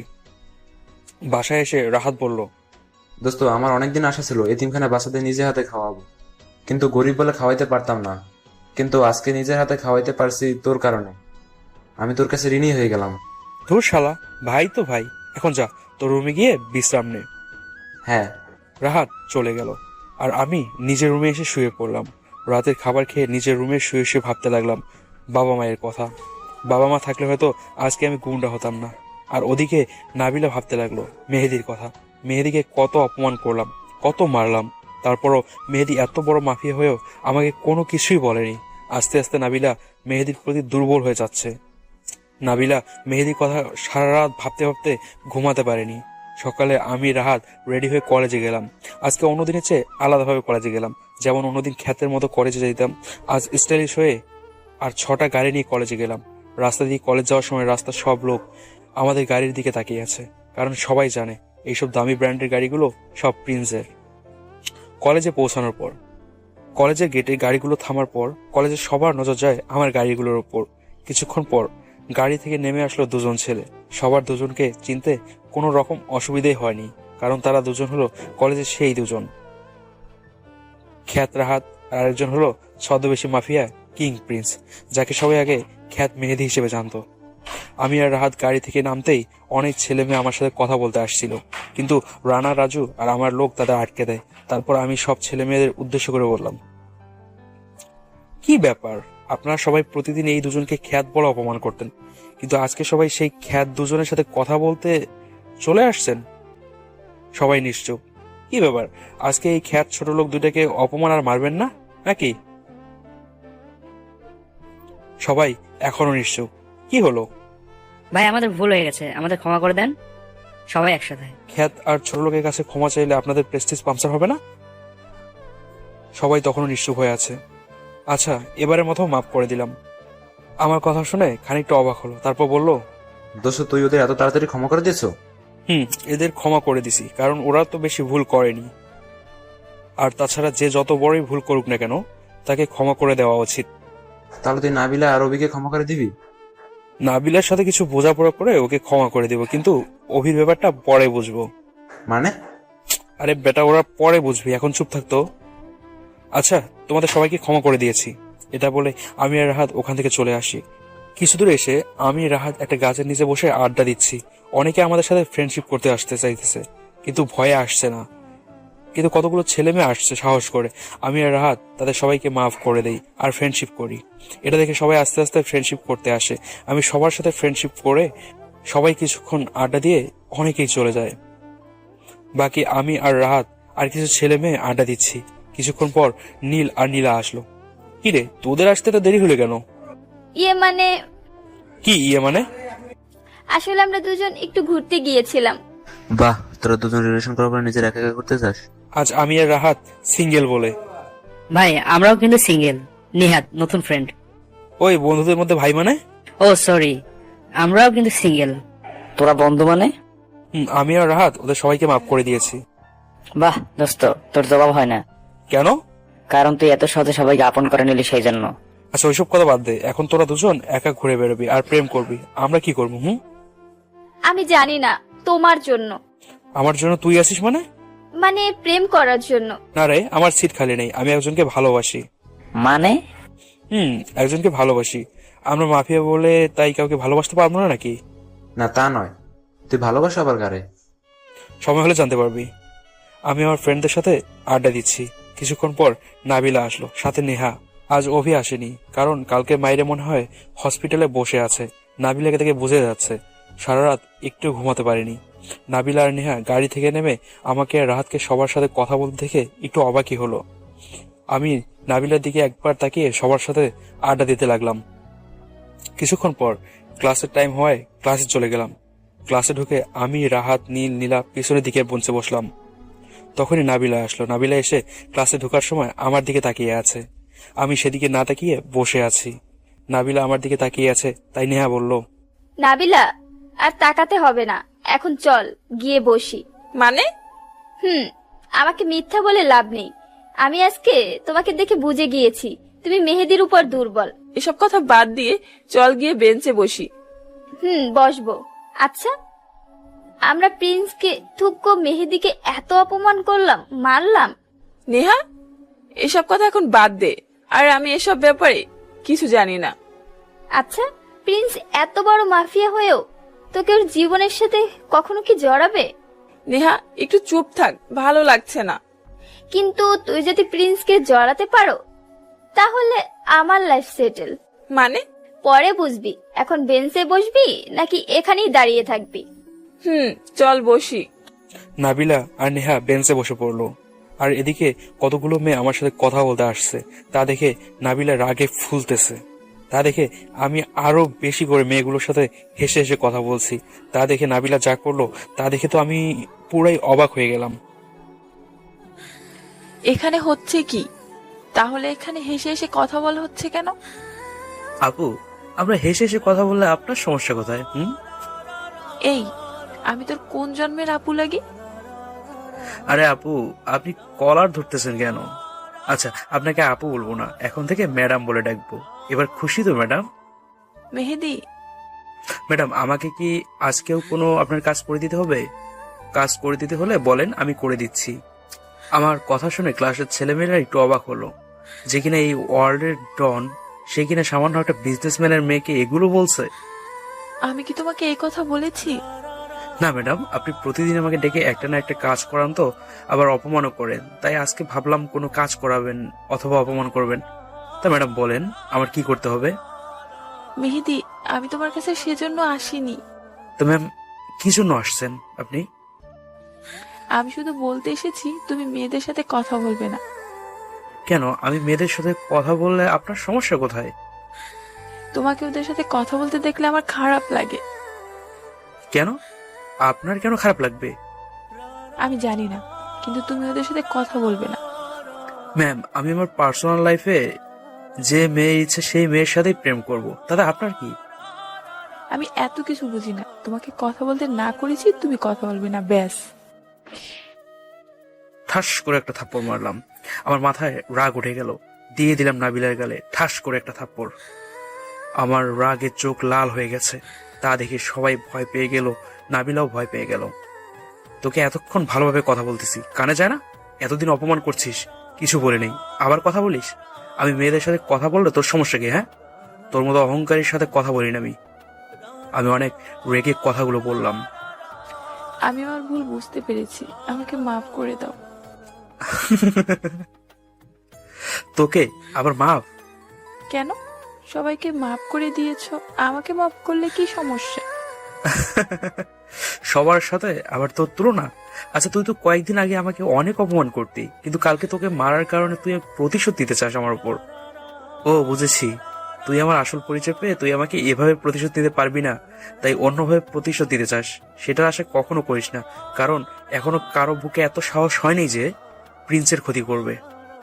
তুমি যেটা ভাবতেছো আসলে সেটা না। আমি তোর কোনো কথা শুনতে চাই না, এখন এখান থেকে যা। আমি অনেক জোরে জোরে কথাগুলো বললাম। নাবিলা কান্না করতে করতে নিজের বেঞ্চে গিয়ে বসলো। নাবিলাকে এভাবে কথাগুলো বলে নিজেরও খারাপ লাগলো, কিন্তু ও এতদিন আমার সাথে যা করেছে তার প্রতিশোধ আমি নিয়েই ছাড়বো। আমার রাগ দেখে আর কোনো ছেলে মেয়ে ভয়ে আমার সাথে কথা বলতে আসলো না। আমি মন খারাপ করে বসে পড়লাম বেঞ্চে। তখনই রাহাত বলল, খুব ভালোবাসো নাবিলাকে, তাই না? মানে কি বলছিস সব? আমি সব বুঝি। তোকে দেখে আমি প্রথম থেকেই বুঝে গেছি তুই নাবিলাকে পছন্দ করো। তাছাড়া এখন তো তুই ওকে অপমান করে নিজেও কষ্ট পাইতেছ, আর তার থেকেই আমি বুঝে গেছি তুই নাবিলাকে ভালোবাসো। তুই শালা সিঙ্গেল হয়ে বুঝে গেছিস ভালোবাসা কি। বাহ, আমাদের ডন তাহলে প্রেমে পড়েছে, তা আমাদের টিরিট কই? ধুর শালা, আমি কি এখনো প্রেম শুরু করছি নাকি? কিন্তু নাবিলাকে আজকে দেখে মনে হয়েছে নাবিলা নিজের ভুল বুঝতে পারছে, আর তোকে মেয়েদের সাথে কথা বলতে দেখে ও এমন রিয়েক্ট করছে। তার মানে নাবিলাও তোর প্রতি দুর্বল হয়ে পড়ছে। হ্যাঁ, আমারও তাই মনে হচ্ছে। আচ্ছা, নাবিলাকে তুই কি মেনে নিবি এত তাড়াতাড়ি? মানে তোর কথা বুঝলাম না। মানে নাবিলাকে তুই কি এখন মেনে নিবি? না, নাবিলা এখন আমার প্রতি পুরো দুর্বল হয়নি। নাবিলাকে আরো আমার প্রতি দুর্বল হতে হবে, আর নাবিলাকে আর একটু শিক্ষা দিতে হবে, তারপর মেনে নিব। আর আমাকে আর একটা প্রতিশোধ এখনো সম্পন্ন করতে হবে। মানে? পরে জানতে পারবি, এখন এসব কথা বাদ দে। আচ্ছা ঠিক আছে। কিছুক্ষণ পর স্যার আসলো। স্যার এসে একবার আমার দিকে আবার মাথা নিচু করে ফেলে আর ক্লাস শুরু করতে যাবে। তখনই আমি বললাম, কি স্যার, আজকে আমাকে অপমান না করে ক্লাস শুরু করতেছেন? যে প্রতিদিন তো আমাকে অপমান না করে ক্লাস শুরু করতেন না। স্যার নিশ্চুপ হয়ে তাকিয়ে আছে। স্যার কি আজকে আমাকে অপমান করতেছেন না কেন? মনে হয় আমাকে অপমান করলে প্রিন্স আপনার ক্ষতি করবে? স্যার দৌড়ে এসে আমার পায়ের কাছে পড়ে গেল। প্রিন্স ভাই, আমাদের মাফ করে দেন। আমি আর কখনো কোনো গরিব ছেলেকে অপমান করব না। প্লিজ, আমার পরিবারের কিছু করবেন না। আমি স্যারকে পায়ের কাছ থেকে তুলে বললাম, আপনি আমার গুরুজন, আপনি কেন আমার পায়ে পড়তেছেন? আমাকে মাফ করে দাও প্রিন্স। আমার পরিবারের কোনো ক্ষতি করিও না প্লিজ। স্যার, আপনি একজন শিক্ষক হয়ে গরিব ছেলেমেয়েদের অপমান করতেন। গরিব হয়ে জন্ম নেওয়া তো কোনো অপরাধ না। আর তারা গরিব হয়ে জন্ম হয়েও ভালোভাবে পড়ালেখা করে কলেজে আসে নিজেদের আশা পূরণের জন্য। কিন্তু স্যার, আপনি এই ছেলেগুলোকে অপমান করেন। আচ্ছা স্যার, এমন অবস্থানে যদি আজকে আপনি থাকতেন তাহলে কি হতো বলুন তো? একবার কি সেটা ভেবে দেখেছেন? প্রিন্স, আমি আমার ভুল বুঝতে পেরেছি। আমি আর কখনো কোনো ছাত্রের সাথে খারাপ ব্যবহার করব না, কাউকে অপমান করব না। প্রিন্স, আমাকে এবারের মতো মাফ করে দাও। স্যার, আমি আপনাকে অনেক আগেই মাফ করে দিয়েছি। তা আমি শুধু এটুকু বলবো, আপনি একটু গরিব ছাত্রদের সাথে ভালো ব্যবহার করবেন। হুম। সরি স্যার, আমি আপনার ছাত্র হয়ে আপনাকে অনেক কিছু বলে ফেললাম, আমাকে মাফ করে দিবেন। প্রিন্স ভাই, কেন মাফ চাচ্ছ? আপনি তো আমাদেরকে ঠিক কথাই বলছেন, ভুলটা তো আমারই ছিল। স্যার, আমি আপনার ছাত্র, আপনি আমাকে ছাত্র হিসেবে দেখবেন, অন্য কিছু না। ওকে। তারপর সব ক্লাস করলাম। ক্লাস শেষে নাবিলা আমাকে বলল, কেন সবাইকে মাফ করে দিয়েছো, আমাকে মাফ করলে কি সমস্যা? এই তোকে একবার বলছি না আমার সামনে আসবি না, যা এখন আমার সামনে থেকে। এটা বলে আমি ওখান থেকে চলে আসি। আমি গাড়ির কাছে এসে পিছনে ফিরে দেখি নাবিলা বসে কান্না করছে, আর নেহা নাবিলার পাশে বসে আছে। আমি রাহাত গাড়ি দিয়ে বাসায় এসে পড়ি, আর নেহা নাবিলাকে বুঝিয়ে সুঝিয়ে বাসায় নিয়ে গেল। এভাবেই কেটে যায় 2টা দিন। এই 2 দিনে নাবিলা আমার কাছে অনেকবার ক্ষমা চেয়েছে। প্রতিবারই আমি নাবিলাকে অপমান করে তাড়িয়ে দিয়েছি। রাহাত, নীল, নীলা সবাই বলতো নাবিলাকে মেনে নিতে, কিন্তু আমি নাবিলাকে মেনে নিইনি, কারণ নাবিলাকে আমি আর কয়েকদিন পর মেনে নেব। তো আজকেও রেডি হয়ে গাড়ি নিয়ে আমার লোকদের নিয়ে রাহাত আর আমি কলেজে যাই। কলেজে গিয়ে বন্ধুদের সাথে আড্ডা দিচ্ছি, তখনই নাবিলা আসলো। নাবিলাকে দেখে বোঝা যাচ্ছে প্রতিদিনের মতো নাবিলা আজকে রাতেও অনেক কেঁদেছে। কাঁদতে কাঁদতে চোখের নিচে কালো দাগ স্পষ্ট বোঝা যাচ্ছে। নাবিলা গাড়ি থেকে নেমে আমার কাছে আসবে, তখনই এমন সময় কলেজে একটা ছেলে আসে। ছেলেটাকে দেখে আমি একটু অবাক হলাম, কারণ ছেলেটা হলো অভি। অভিকে দেখে বোঝা যাচ্ছে ওই দিন মায়ের কারণে এখনো গায়ে ব্যান্ডেজ আছে, মানে অভি এই 2 দিন হসপিটালে ছিল। অভি কলেজের গেট দিয়ে ঢুকতেই দেখলো আমি আর আমার বন্ধুরা বসে আছি। আমি অভিকে দেখে আমার আসল প্ল্যান শুরু করলাম। আমি অভিকে ডাক দিলাম। এটা দেখে অভি ভয় পেয়ে গেল, কারণ সবাই আমার আসল পরিচয় পেয়ে গেছে। অভি ভয়ে ভয়ে আমার কাছে আসলো। ভাই ডাকছেন? কি রে মেহেদি, আজকে শালা গাঞ্জা খাইছে নাকি? তোকে আর আমাকে প্রতিদিন অপমান করতো, মারতো, আর আসছে ভাই বলতেছে। শালা মনে হয় কম দামি গাঞ্জা খাইছে, তাই এমন কথা বলতেছে। ওই তোরা এসব কথা বাদ দে। এই তোকে কি জন্য ডাক দিছি জানোস? না ভাই। তুই এখন আমাদের সবার পা মুছে দিবি। কিন্তু ভাই, সবার সামনে? তো কি হয়েছে, মুছে দিতে বলছো মুছে দিবি। নাহলে তোর এমন অবস্থা করব তুই বুঝতেও পারবি না। ভাই আমাকে মাফ করে দেন, আমি আর কখনো কারোর সাথে খারাপ ব্যবহার করবো না। তোকে সেসব এখন বলি নাই, তুই এখন আমার পা মুছে দিবি, এটাই ব্যাস। ভাই ঠাস ঠাস করে দুটো থাপ্পড় মারলাম। ওই, তোর এত বড় সাহস তুই আমার মুখের উপর কথা বলিস? তোকে বলছি মুছে দিবি, মুছে দে। চিৎকার করে কথাগুলো বললাম। আমার চিৎকার শুনে সবাই আমার দিকে তাকালো, নাবিলাও তাকালো। ভাই করে দিতেছি এখনই। শার্ট খোল, আর আগে নীলের পা মুছে দে, তারপর নীলার, তারপর রাহাতের, এবং সবশেষে আমার। আমাদের কেন? তোদেরও পা মুছে দিবে, কারণ একদিন আমাকে আর রাহাতকে দিয়ে ওর সব বন্ধুর পা মুছিয়ে নিয়েছে। আজ আমি ওকে দিয়ে একই কাজ করাবো। আমাদের পা মোছার দরকার না। আমার পরামর্শ হওয়ার দরকার নাই, আমি ওদের মাফ করে দিছি। তোরা চুপ থাক। এই, তুই তাড়াতাড়ি শার্ট খুলে পা মুছে দে, না হলে। অভি কিছুটা অনিচ্ছা সত্ত্বেও তাড়াতাড়ি শার্ট খুলে পা মুছতে শুরু করলো। আর ওদিকে নাবিলা দাঁড়ায়া সব দেখছে, কোনো কিছু বলছে না। আর এদিকে পুরো ভার্সিটির সবাই আমাদের দিকে তাকিয়ে আছে। অভি লজ্জা পেলেও কিন্তু আমার সামনে ভয় করছে। অভি, নীল, নীলা আর রাহাতের পা মুছে দিয়ে নিচের দিকে তাকিয়ে পা মুছে দিচ্ছে। অভি পা মুছে দেওয়ার সময় আমি ইচ্ছে করে অভি শার্টটা আমার প্যান্টে লাগালাম। তোর এত বড় সাহস, তুই তোর ময়লা শার্ট আমার দামি প্যান্টে লাগাস? ভাই আমি ইচ্ছে করে লাগাইনি। চুপ। এটা বলেই অভিকে মারা শুরু করলাম। অভিকে মারতে মারতে আধমোড়া করে ফেলেছি। আমার মারা দেখে রাহাত, নীল, নীলা, নাবিলা সহ সকলেই অবাক হলো। রাহাত, নীল, নীলা মনে মনে বলতেছে, মেহেদির আবার কি হলো? নিজে ইচ্ছে করে শার্টটা নিজের প্যান্টে লাগাইয়া আবার শুধু অভিকে মারতেছে। মেহেদি কি অভির থেকে বদলা নিচ্ছে? এদিকে আমার মায়ের দেখে নাবিলা সহ পুরো কলেজের সবাই ভয়ে ভয়ে তাকিয়ে আছে। আমি অভিকে মারা শেষ করে লাবুকে ডেকে বললাম, লাবু, এটারে হসপিটালে ভর্তি করাইয়া আয়। জি ভাই। লাবু অভিকে নিয়ে হাসপাতালে চলে গেল, আর আমি অভির বাবাকে কল দিলাম। হ্যালো, কি খবর জোকার আঙ্কেল? এই কে তুই? আর আমি জোকার মানে? আমার নাম রিয়াদ চৌধুরী। আর আমাকে জোকার বলে ডাকতেছিস কেন? তো সাহস তো কম না? প্রিন্সের কাছে কোনো সাহসের দরকার হয় না। প্রিন্স ভাই আপনি? ভাই আপনাকে তো চিনতেই পারি নাই, সরি ভাই। তোর ছেলেকে মেরে এই হসপিটালে ভর্তি করাইছি, যা দেখা কর, যা যা। বলেই আমি ফোন কেটে দিয়ে মনে মনে ভাবছি, এখন থেকে আমার প্ল্যান শুরু। এখন শুধু আমাকে নাবিলাকে মেনে নিতে হবে। আমি রাহুলে আমার রাজুকে ডেকে কাজ আরো সহজ হয়ে যাবে। এই, তোরা গাড়ি বাহির কর। জি ভাই করতেছি। চল, আজকে ক্লাস করব না, আজকে একটা জায়গায় ঘুরতে যাব। আমি রাহাত, নীল, নীলাকে উদ্দেশ্য করে বললাম। কিন্তু এখন তোকে একটা কথা জিজ্ঞেস করব? আগে চল, ওখানে গিয়ে যা জিজ্ঞেস করা জিজ্ঞেস করিস, কারণ আমি জানি রাহাত আমাকে কি জিজ্ঞেস করবে। তারপর আমি, নীল, নীলা, রাহাত সবাই মিলে গাড়ি নিয়ে চলে আসি একটা নদীর ধারে। নাবিলা আমাদের আসার সময় আমার দিকে তাকিয়ে আছে। নাবিলারও খুব ইচ্ছা করছে প্রিন্সের সাথে ঘোরার জন্য। আমরা নদীর কাছে এসে রানা আর রাজুকে বললাম, তোরা এখানে সবাই পাহারা দে। জি ভাই। আমি রাহাত, নীল, নীলাকে নিয়ে নদীর ধারে বসলাম। আচ্ছা রাহাত, তুই যেন কি জিজ্ঞেস করতে চাইছিলি? তুই আজকে অভিকে এভাবে মারলি কেন?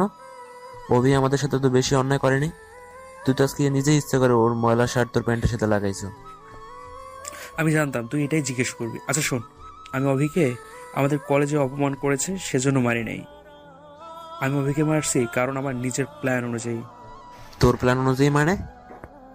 তোরা এসব আস্তে আস্তে জানতে পারবি, এখন এসব সম্বন্ধে আর কথা বলিস না। হ্যাঁ। তারপর সবাই নদীর পাড়ে কিছুক্ষণ আড্ডা দিয়ে বাসায় চলে আসি।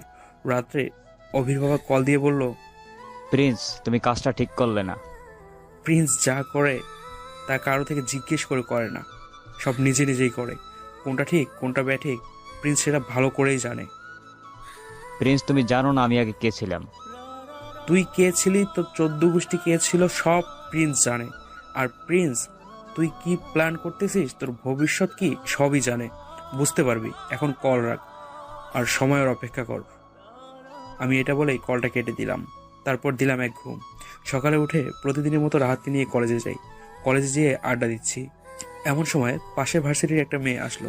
মেয়েটা আমার কাছে আসতেই ব্যাগ থেকে একটা গোলাপ ফুল বের করে বলল, প্রিন্স, আই লাভ ইউ। মানে কি বলছো এসব?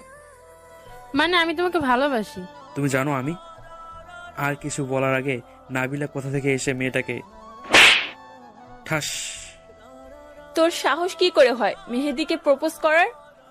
আমি মেয়েটাকে মারতে দেখে নাবিলাকে ঠাস করে দিলাম একটা থাপ্পড়, আর বললাম, ওই তোর সাহস কি করে হয় ওর গায়ে হাত দেওয়ার?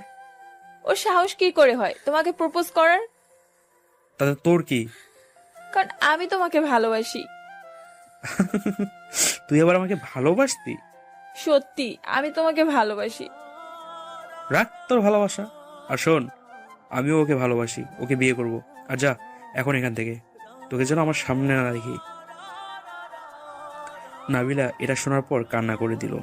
চলে যাব, আর কখনো আসবো না তোমার জীবনে, তুমি আর কখনো দেখবেও না। চলে যাব সবাইকে ছেড়ে। তুমি চলে গেলে আমার কি হবে? মানে? খুব ভালোবাসি পাগলি তোকে। এটা বলার সাথে সাথে নাবিলা আমাকে দৌড়ে এসে জড়িয়ে ধরে কান্না করে দিল। আরে পাগলি, কান্না করছে কেন? এখনো কান্না করছে। কি হলো, কাঁদছো কেন? তুমি আমাকে কষ্ট দিচ্ছ কেন? তার জন্য সরি, এখন ছাড়ো, সবাই দেখছে। দেখো, আমার জিনিস আমি জড়িয়ে ধরেছি। তোমার জিনিস ধরিও, এখন ছাড়ো। হুম। আপু, আমরা দুজন মেয়েটাকে আর কিছু বলতে না দিয়ে। বুঝতে পারছি। আসলে সরি আমি প্রপোজ করার জন্য। It's okay. মেয়েটা মন খারাপ করে চলে গেল। ভাই আমাকেও কি মাফ করে দেওয়া যায় না এগুলোর জন্য? মাফ করে দিলাম। আর হ্যাঁ, এখন থেকে ভাই বলবে না, কারণ এখন থেকে ফ্রেন্ডস। সো তুই করে বলবা, কেমন? হ্যাঁ দোস্ত, তুই তো এখন সিঙ্গেল থেকে মিঙ্গেল হয়ে গেলি, এখন শুধু আমি বাকি। না তুই একটা আমার সাথে আবার কে প্রেম করবে? কেন, আমার ভাই কি কম? কেন আমি থাকতে প্রেম করতে কাউকে খুঁজতে হবে নাকি? মানে নেহা, তুই কি বলতেছিস? তোকে বললাম না, তুই মেহেদিকে পেলে আমার লাইন ক্লিয়ার। মানে আমি তোকে বোঝাইতে চাইছি, তুই যদি মেহেদিকে পাস তাহলে আমিও রাহাতকে পেয়ে যাব। মানে আমি রাহাতকে ভালোবাসি। এসব কবে থেকে চলতেছে? তুই যদি মেহেদিকে ভালোবাসেছিস সেদিন আমিও রাহাতকে ভালোবেসেছি। তলে তলে এত দূর? তাহলে তো ভালোই, আমার ভাইটাও তাহলে মিঙ্গেল হয়ে যাবে। আমাদের কথা রাহাত অবাক হয়ে শুনছে। তা রাহাত, তুই কি বলিস? তুই যা বলিস। শালা, প্রেম করবি তাও আমার কথায়? মানে আচ্ছা, তোর কেমন লাগে? ভালোই লাগে। ধুরবাল, লজ্জা পাস কেন? এই কথাটা শুনে নাবিলা বলল, এই তুমি এখন কি বললা? কই কি বললাম? এই যে একটু আগে একটা খারাপ ভাষা আরে ও লজ্জা পাইছে তাই বললাম। আমি সব লজ্জা ভাঙ্গে দিমু, তুমি চিন্তা করো না। ওই সবার সামনে জলে ধরছো কেন? তো কি হয়েছে, লজ্জা পাইছো তাই লজ্জা ভাঙতে আসি। তাই বলে সবার সামনে? তো কি হয়েছে? এই তোরা থাম, সবাই দেখতেছে। বা তুমি জড়াই ধরছো, কেউ দেখে নাই? নাবিলা নিশ্চুপ। আচ্ছা এসব কথা বাদ দে, এখন চল সবাই কোথা থেকে ঘুরে আসি। কালকেও ঘুরছি, আজকেও ঘুরবো। তো কি হয়েছে, চলো ঘুরতে যাব। বাবু চলো। বাহ, শালা এত বড় মাফি হয়ে বউয়ের কথা মানতেছে। তো কি হয়েছে, আমার কলেজের কথা মানতেছি। হ্যাঁ, ভালোবাসা ঘুরতে গিয়ে দেখাইস, এখন চল। আমরা সবাই গাড়ির কাছে আসতেই, ভাই আমরা অবশেষে 2টা না, সরি 3টা ভাবি পেলাম। ভাইয়া, ভাবিটা কিন্তু খুব কিউট। নজর দিস না, এখন গাড়ি বের কর। তারপর সবাই মিলে ঘুরতে আসতাম। চল সবাই গিয়ে পার্কে বসি। আর রানা, রাজু আর আমার লোক পার্কের চারপাশে গুলি নিয়ে দাঁড়িয়ে আছে। তখনই নাবিলা বলল, আচ্ছা তুমি মাফিয়া ডন হয়েও এত রোমান্টিক হয়েছো কিভাবে? কেন, মাফিয়া ডন কি রোমান্টিক হতে পারে না? পারে। আচ্ছা আমাকে একটা কথা বলবা? বলবো, বলো। তুমি কি জন্য মানুষ মারো? তুমি তো ভালো মানুষও হতে পার। হ্যাঁ, আমরাও জানতে চাই। এটা জানা কি খুব জরুরি? হ্যাঁ। আচ্ছা তাহলে শোনো। আজ থেকে 10 বছর আগে আমার বাবা ছিল চিটাগাং এলাকার এমপি। আমি ছিলাম মা বাবার একমাত্র ছেলে। আমি এসএসসি শেষে বিদেশে পড়ালেখার জন্য চলে যাই, কারণ আমার ছোটবেলা থেকে ইচ্ছা বিদেশে পড়ালেখার জন্য।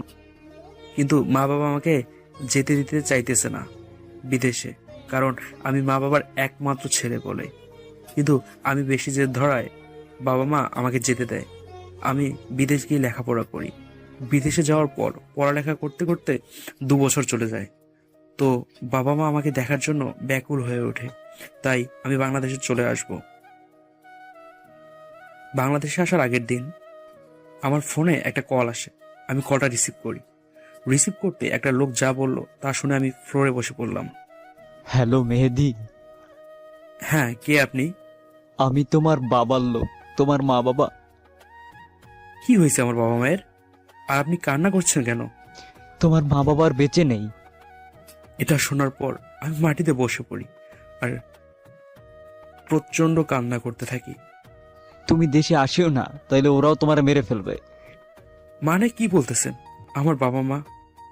বলেই আরো জোরে জোরে কান্না করে দিলাম। তোমার বাবা মাকে যারা মেরেছে তারা বেশি ভয়ঙ্কর, আর তুমি যদি এখানে আসো তাহলে ওরা যদি জানতে পারে তুমি তাদের ছেলে, তাহলে তোমাকে ওরা মেরে ফেলবে। মানে আমার বাবা মা খুন হয়েছে? আর পুলিশ আর সবাই ওখানে কি করে? আমি কান্না করে আর রেগে বললাম, তোমার বাবা মাকে যারা মেরেছে তারা এই শহরের টপ মাস্তান। তাদের সাথে পুলিশ কি নেতা কেউ কিছু বলতে পারে না। ওরা সবাই খারাপ কাজে লিপ্ত থাকে, সবাই খুন করতে থাকে সব সময়। ওরা সবাই একটা জায়গায় ড্রাগের ব্যবসা করতে চাইছিল, কিন্তু তোমার বাবা মা কিছুতেই এই ব্যবসা করতে দিবে না। এইটা শুই না তোমার বাবা মাকে খুন করে ফেলে, আর তোমাদের সব বাড়ি গাড়ি সবকিছু দখল করে নিয়ে যায়। এখন যদি তুমি এখানে আসো আর ওরা যদি জানতে পারে যে তুমি ওদের ছেলে, তাহলে তোমারও মেরে ফেলবে। তুমি এখানে আইসো না। আমি কান্না করছি। না, আমি আমার মা বাবাকে অবশ্যই দেখব, শেষবারের মতো একবার আমি আমার বাবা মাকে দেখব। তুমি বোঝার চেষ্টা করো প্লিজ। তোমাকে ওরা মেরে ফেলবে যদি তোমাকে দেখে। আমি কান্না করছি। কিছুক্ষণ কান্না করার পর, না, আমি আমার বাবা মাকে শেষবারের মতো দেখব। আমি ছদ্মবেশ নিয়ে আসব, কেউ আমাকে চিনতে পারবে না। কিন্তু কোনো কিন্তু না, আমি আসবো, ব্যাস। তারপর ফোন কেটে আমি কান্না করতে লাগলাম। আমার শরীরে প্রতিশোধের আগুন জ্বলছে। আমি কান্না করতে করতে ফ্রেশ হয়ে নিলাম, তারপর ছদ্মবেশ নিয়ে নিলাম। কালকে প্লেনের টিকিটটা ক্যান্সেল করে আজকের একটা টিকিট নিলাম। বিমানে করে বাংলাদেশে এসে সোজা বাড়ির কাছে চলে আসি। বাড়িতে এসে দেখি মা বাবার লাশগুলো অ্যাম্বুলেন্সে করে নিচ্ছে। তখনই একটা লোক আমাদের বাড়ি থেকে বাইরে হলো, তার পেছনে অনেকগুলো লোক। লোকটা এসে বলল, এই দুইটাকে নিয়ে পারলে নদীতে ফেলে দিস। এর এত বড় সাহস! জোকার কিং এর কথা মানে না। এই পুলিশ, আমার নামে কেস করবি না। আয়, আমাকে ধরে নিয়ে যা। বস, ওদের বাবারও সাহস নেই আপনার গায়ে হাত দিবে। কিরে, আমাকে ধরে নিয়ে যাবি না? তোদের এমপি কে মারছি। বস, ওরা ভালো করে জানে আপনারা ধরতে যাওয়া তো দূরের কথা, কেউ যদি আপনার নামে কিছু বলে সে জানে তার পরিবারের আর কেউ বেঁচে থাকবে না। এই, তোরা দুইটাকে নিয়ে এখান থেকে তাড়াতাড়ি যা। আমি অ্যাম্বুলেন্সের কাছে গেলাম কান্না করতে করতে। আমাকে অ্যাম্বুলেন্সের কাছে দেখে পুলিশ জিজ্ঞেস করলো, এই, তুই এখানে কি? স্যার, আমি আর বললাম না, কারণ এখানে বললে জোকারের লোক জানতে পারবে। তুই ওনাদের কি হস? আমি আর কিছু বললাম না। ও, চল এখন। আমার কান্না আসছে, তবুও কান্না আটকে অ্যাম্বুলেন্সে গিয়ে বসলাম। তা তোমাকে যদি ওরা মেরে ফেলতো? আমি কিছু না বলে কান্না করছি মা বাবার লাশ ধরে। মা বাবার লাশ দাফন করে আমি মা বাবাকে ধরে কান্না করছি।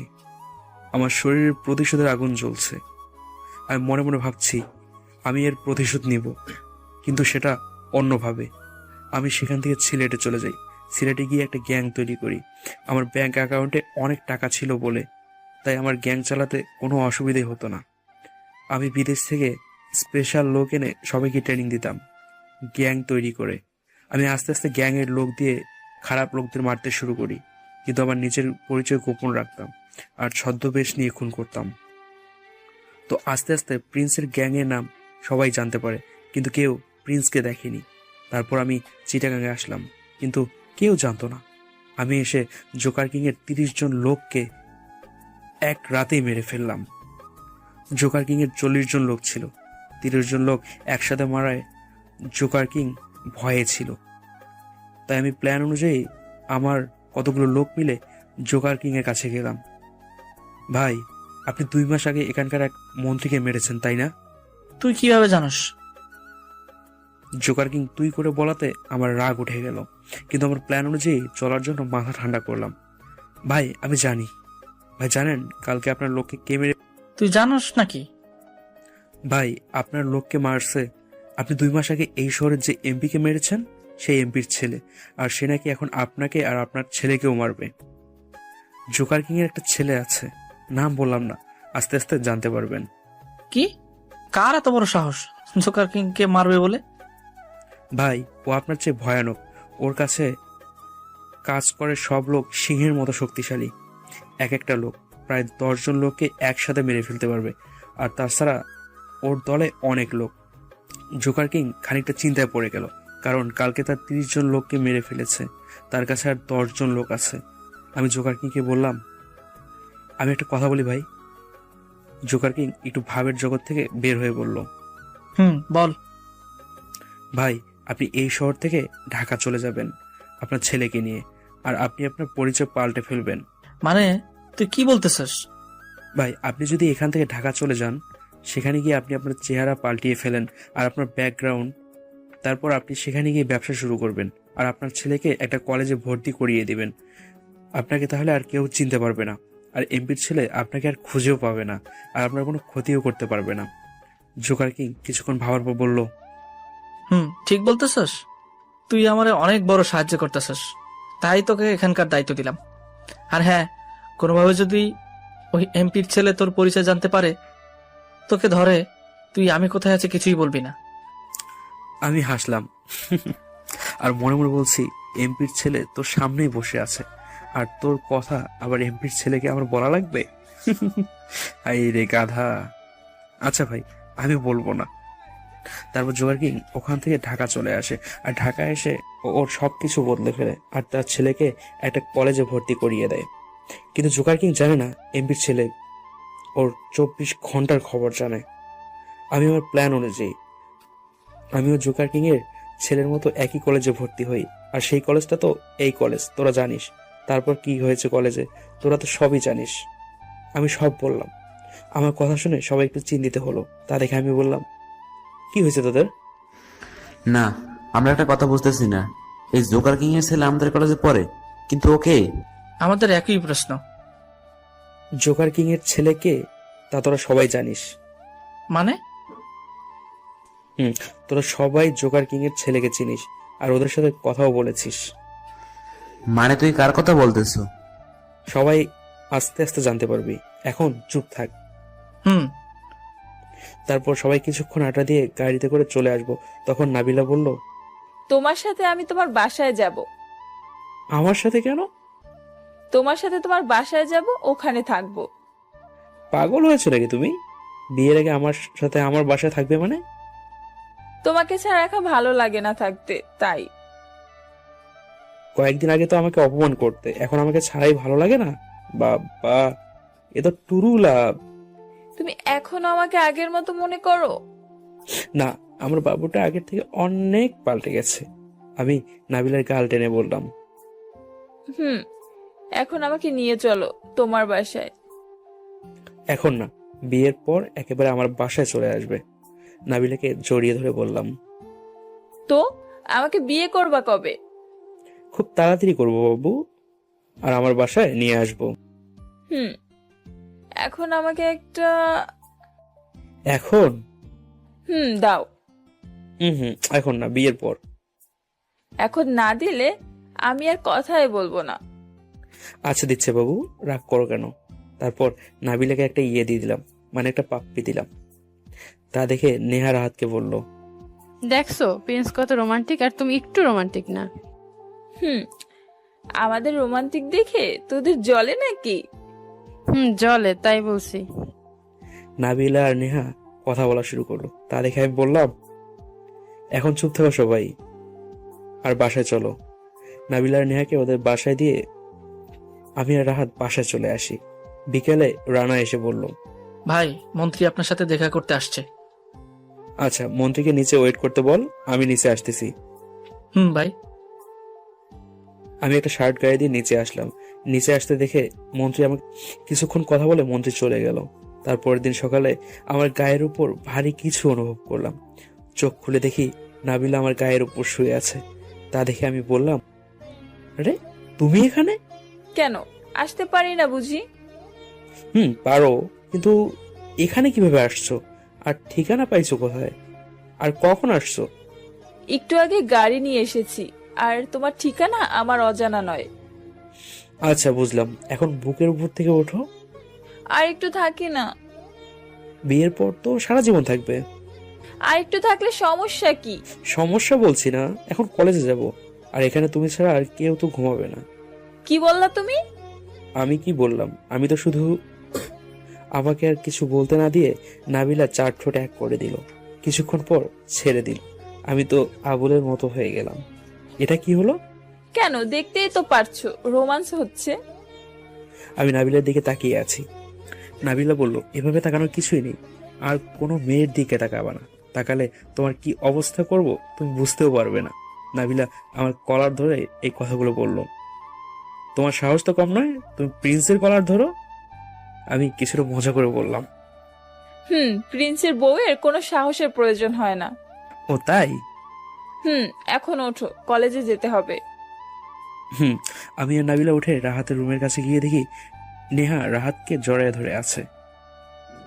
এই, তোদের রোমান্স শেষ? আমার কথা শুনে নেহা আর রাহাত খানিকটা লজ্জা পেল। সেজন্যই তুই এখানে আসার জন্য এত করতেছিস? নাবিলা কথাটি নেহাকে উদ্দেশ্য করে বলল।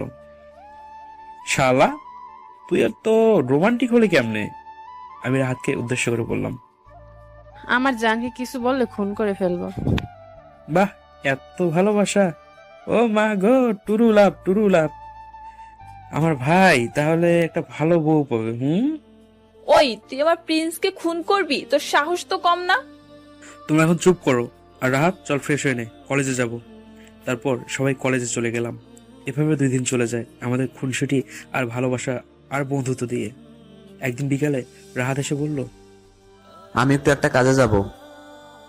কোথায় যাবি? এই একটা জায়গায় যাব আর কি। ও, তাহলে গাড়ি আর গার্ড নিয়ে যা। গার্ড লাগবে না, শুধু একটা গাড়ি হলেই চলবে। আচ্ছা যা তাহলে। আমার রাহাতের প্রতি সন্দেহ হয়, তাই আমি ছদ্মবেশ নিয়ে রাহাতের পিছু নিলাম। গাড়িটা কিছু দূর যেতে একটা বাড়ির গেটে দাঁড়ালো। বাড়িটা দেখে আমি অবাক হলাম, কেননা বাড়িটা হলো জোকার কিং এর বাড়ি। রাহাত গেটে গাড়ি রেখে একবার এদিক ওদিক তাকিয়ে ভিতরে ঢুকলো। আমি গাড়িতে বসে একটা ছোট ক্যামেরা, একটা খেলনা হেলিকপ্টারে লাগালাম, আর সেটা রিমোট কন্ট্রোল দিয়ে সোজা বাড়ির ভিতরে ঢুকিয়ে দেই। খেলনা হেলিকপ্টারটা দিয়ে ভিতরে সব কিছু দেখা যাচ্ছে। আমি হেলিকপ্টারটা এমন জায়গায় ফিট করলাম যাতে কেউ না দেখে, আর ওদের ভিতর যা কথা হয় তা আমি শুনতে পারি। তখনই অভিকে দেখি হাতে পায়ে ব্যান্ডেজ অবস্থায়। অভি রাহাতকে ভিতরে যেতে দেখে বলল, তুই এখানে কেন? বাবা, এই রাহাতের বাবা কি করে? ও এখানে একটি কাজে এসেছে। মানে? তুমি জানো এই কুত্তাটা প্রিন্সের সবচেয়ে ভালো বন্ধু? জানি। আরো কি কাজে এসেছে জানিস? কি কাজ? বাবার আমি তো, ও আমাদেরকে প্রিন্স মারতে সাহায্য করবে মানে বাবা? ও আমাকে কালকে কল করে বলেছে ও নাকি প্রিন্সকে মেরে ফেলতে আমাদের সাহায্য করবে। মানে বাবা, প্রিন্স কত ভয়ঙ্কর তুমি তো জানো। আর তাছাড়া প্রিন্সকে মারতে ও কিভাবে সাহায্য করবে? আমি সব পারবো অভি, যদি আমার প্ল্যান মতো চলো। মানে তোর আবার কি প্ল্যান? আমরা যদি প্রিন্সের গার্লফ্রেন্ডকে কিডন্যাপ করে এখানে ডাকে, প্রিন্সকে যদি আমরা কল করে বলি এখানে চলে আসবে, সাথে কোনো লোক আনবে না, শুধু আমাকে নিয়ে আসবে। আর এখানে আসার সাথে সাথে আমি পিছন থেকে প্রিন্সকে গুলি মেরে দেবো, আর আপনারাও সাথে সাথে গুলি করে দিবেন প্রিন্সকে। কারণ প্রিন্সকে যদি আমরা সাথে সাথে গুলি না মারি তাহলে আমাদের কাউকে বাঁচতে দেবে না। কারণ প্রিন্স এখানে ঢুকতে পারলে আমাদের গুলি করা শুরু করবে। আর প্রিন্স কেমন জিনিস জানেনি তো, তাই আমরা ওকে ঢোকার সাথে সাথে গুলি করে দেবো। প্ল্যানটা বুঝলাম, আরেক ভালো প্ল্যান। কিন্তু প্রিন্সের গার্লফ্রেন্ড কে? প্রিন্সের গার্লফ্রেন্ড হলো নাবিলা, শরীফুল চৌধুরী মেয়ে। তুই নাবিলার কথা বলতেছিস? হ্যাঁ। কি, নাবিলা ওর সাথে প্রেম করে না? এটা হতে পারে না। আমি নাবিলাকে ছাড়বো না, ওকে আমি বিয়ে করতেই চাইছি। ও যখন প্রিন্সকে ভালোবাসে ওকেও আমি বাঁচিয়ে রাখবো না। আচ্ছা, দুজনেরই কালকে শেষ দিন। কালকে আমি নাবিলাকে প্ল্যান করে কিডন্যাপ করবো, আর দুজনেরই হবে কালকে শেষ দিন। আচ্ছা, একটা কথা বুঝলাম না, তোকে প্রিন্স এত ভালোবাসে শুনলাম, তারপরও কেন তুই প্রিন্সকে মারতে চাস? এতে তোর লাভ কি? কারণ প্রিন্সকে মারতে পারলে আমি প্রিন্সের অনেক সম্পদ পাবো। কিন্তু তুই প্রিন্সকে মারবি, প্রিন্সের লোক তো তোকে ছেড়ে দিবে না। প্রিন্সের লোক আমাকে বিশ্বাস করে, আর তারা জানতেও পারবে না যে আমরা প্রিন্সকে মারছি, কারণ প্রিন্স তো লোকদের তো সবকিছু বলতে মানাই করছে। বাহ, তুই তো ভালোই প্ল্যান করতেছিস। আমি এখন যাই, না হলে প্রিন্সের বাচ্চাটা আবার আমাকে খোঁজা শুরু করে দেবে। সাবধানে যা।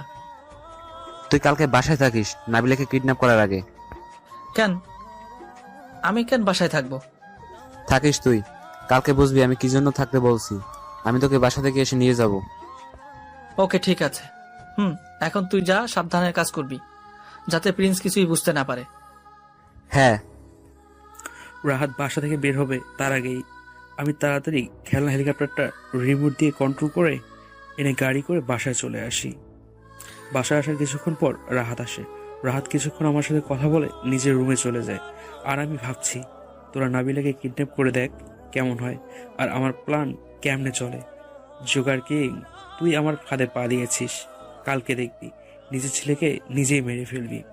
তুই কি কষ্ট করে নাবিলাকে কিডন্যাপ করবি? নাবিলাকে আমি নিজেই তোদের কাছে কিডন্যাপ করতে দিব, তারপর বুঝবি আমি কেমন খেলা খেলছি। আমি রানা রাজুদের সব প্ল্যান বললাম, ওদের সবাইকে সবকিছু বললাম প্ল্যানের ব্যাপারে। তারপরের দিন সকাল 10টায় নাবিলা বাসা থেকে কিছু দূর আসতেই জোকার কিং আর রাহাত মিলে নাবিলাকে কিডন্যাপ করে। কিন্তু কেউ জানতো না জোকার কিং যাদেরকে নিয়ে কিডন্যাপ করছে ওরা সবাই প্রিন্সের লোক। নাবিলাকে কিডন্যাপ করার পর আমাকে কল দিল জোকার কিং। প্রিন্স, কি খবর? প্রিন্সের খবর সবসময় ভালোই থাকে। তুই আমার ছেলেকে মারছস? এখন কি তুই তোর ছেলেকে তুই নিজেই মারবি? তোর এখনো তেজ গেল না? আরে এখন আর তোর অবস্থা ভালো থাকবে না। শাআল্লাহ, আমি জানি তুই কিসের কথা বলতেছিস, কিন্তু কিচ্ছু বলবো না। কিছুক্ষণ পর বুঝবি কার খবর কেমন। এখন প্ল্যান মতো চলি। আমি মনে মনে বলতেছি। তোর কথা তো বুঝতে পারলাম না জোগাড়। তোর প্রাণের নাবিলা এখন আমার কাছে। মানে? আমি না জানার ভান করি। তোমার প্রাণের নাবিলাকে আমি কিডন্যাপ করেছি। নাবিলাকে যদি পেতে চাও তাহলে এক্ষুনি এই পুরাতন গোডাউনে চলে আসো। যদি তোমার কোনো লোক নিয়ে আসো তাহলে নাবিলাকে মেরে ফেলবো। শুধু রাহাতকে নিয়ে আসবি। রাহাতকে কেন নেব? তোর সাথে এত কথা বলার ইচ্ছা নাই। যা বলতেছি তা কর, না হলে তোর নাবিলাকে আর খুঁজে পাবি না। আচ্ছা, তুই কিচ্ছু করবি না আমার নাবিলার। আমি এখনই রাহাতকে নিয়ে আসতেছি। তাড়াতাড়ি আয়। আর হ্যাঁ, একদম চালাকি করার চেষ্টা করবি না। আমি কলটা কেটে দিয়ে হাসছি। শাআল্লাহ, তোর সাহস তো কম না। প্রিন্সকে হুমকি দিস তুই? তুই কিছুক্ষণ পর বুঝবি প্রিন্সকে হুমকি দিলে প্রিন্স কি করে। একটু পর বুঝবি প্রিন্স কত বড় গেম তোর সাথে খেলছে। আমি রাহাতকে নিয়ে বেরিয়ে পড়লাম। 1 ঘন্টা পর ছদ্মবেশী প্রিন্স গোডাউনে পৌঁছায়। ছদ্মবেশী প্রিন্স আগে আগে ঢুকছে আর রাহাত পিছনে। ছদ্মবেশী প্রিন্স গোডাউনে ঢুকবে তার আগেই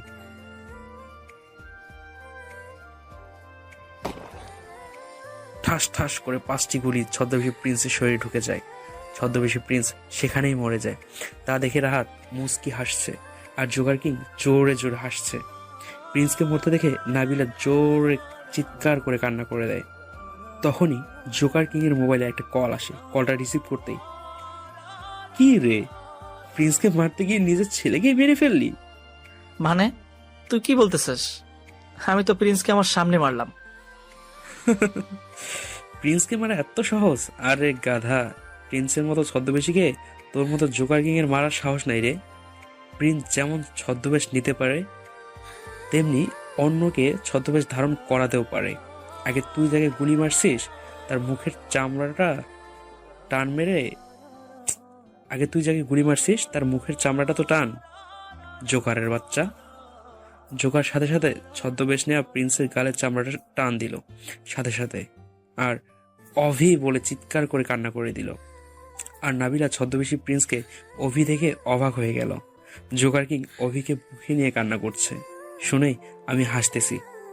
তখনই ঠুস ঠুস। জোকার কিং পিছু ফিরে দেখে তার সব লোক পড়ে আছে মাটিতে, আর রাহাত হাসছে। আমার ছেলে আর সব লোক মরছে, আর তুই হাসতেছস? তোকে আগে তোর জোকার কিং পিছনে দেখ। তাকিয়ে দেখে আমি দাঁড়িয়ে আছি। আমাকে দেখে জোকার কিং যখনই গুলি মারবে তখনই আমি দিলাম একটা ঘুষি।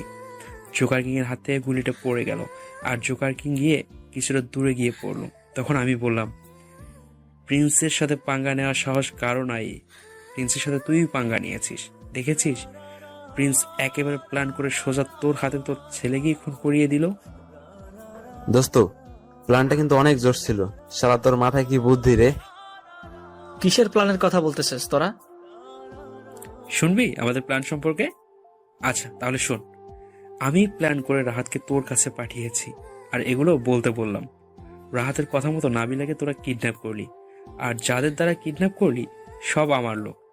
আর তোর ছেলে তোর বাসায়, আর তুই আমাকে কল করার পর আমি রাহাতকে নিয়ে তোর বাসায় যাই আগে, আর অভিকে অজ্ঞান করি। তারপর ওর ব্যান্ডেজ খুলে ওকে পুরো আমার মতো ছদ্মবেশ ধারণ করাই। তারপর তোর ছেলেকে গাড়ি নিয়ে গোডাউনের বাইরে এনে গাড়ি থেকে আমি নেমে যাই। আর রাহাত তোর ছেলেকে গাড়ি থেকে নামিয়ে কিছু দূরে এনে পানি মেরে অজ্ঞান থেকে জ্ঞানে ফিরিয়ে নিয়ে আসে। তখন ছদ্মবেশী প্রিন্স অর্থাৎ অভি বলে, আমি তো বাসায় ছিলাম, আমি এখানে আসলাম কিভাবে? তোকে আমি নিয়ে এসেছি। তুই একটু আগে ঘুমিয়ে পড়ছিলি, তাই আমি গাড়িতে করে তোকে নিয়ে এসেছি। কিন্তু আমার ব্যান্ডেজ কই আর? এখন এত কথা বাদ দে, এখন ভেতরে চল, না হলে কিছু বুঝবি না। আর ভেতরে গেলে সব বুঝতে পারবি। হুম। তারপর এখানে ঢোকার সাথে কি হলো তা তো জানিসই, আর তোর ছেলেও বুঝে গেছে ভিতরে কি হবে। এখন তোরও শেষ দিন। কিন্তু ভাই, আমি তো আপনার কোনো ক্ষতি করিনি, আপনি কেন আমাকে মারতে চাইতেছেন? মরণের সময় ভাই ডাকিস? আচ্ছা তোকে কেন মারতেছিস শুন। তুই আমাকে এতিম করেছিস, তুই আমার বাবা মাকে মেরেছিস। ভাই, আমি আপনার বাবা মাকে মারছি মানে? কেন মনে নেই? চিড়িয়াখানা শহরের এমপি আর তার বউকে মারলি, মনে আছে? সেই এমপির ছেলে আমি, মেহেদি হাসান প্রিন্স।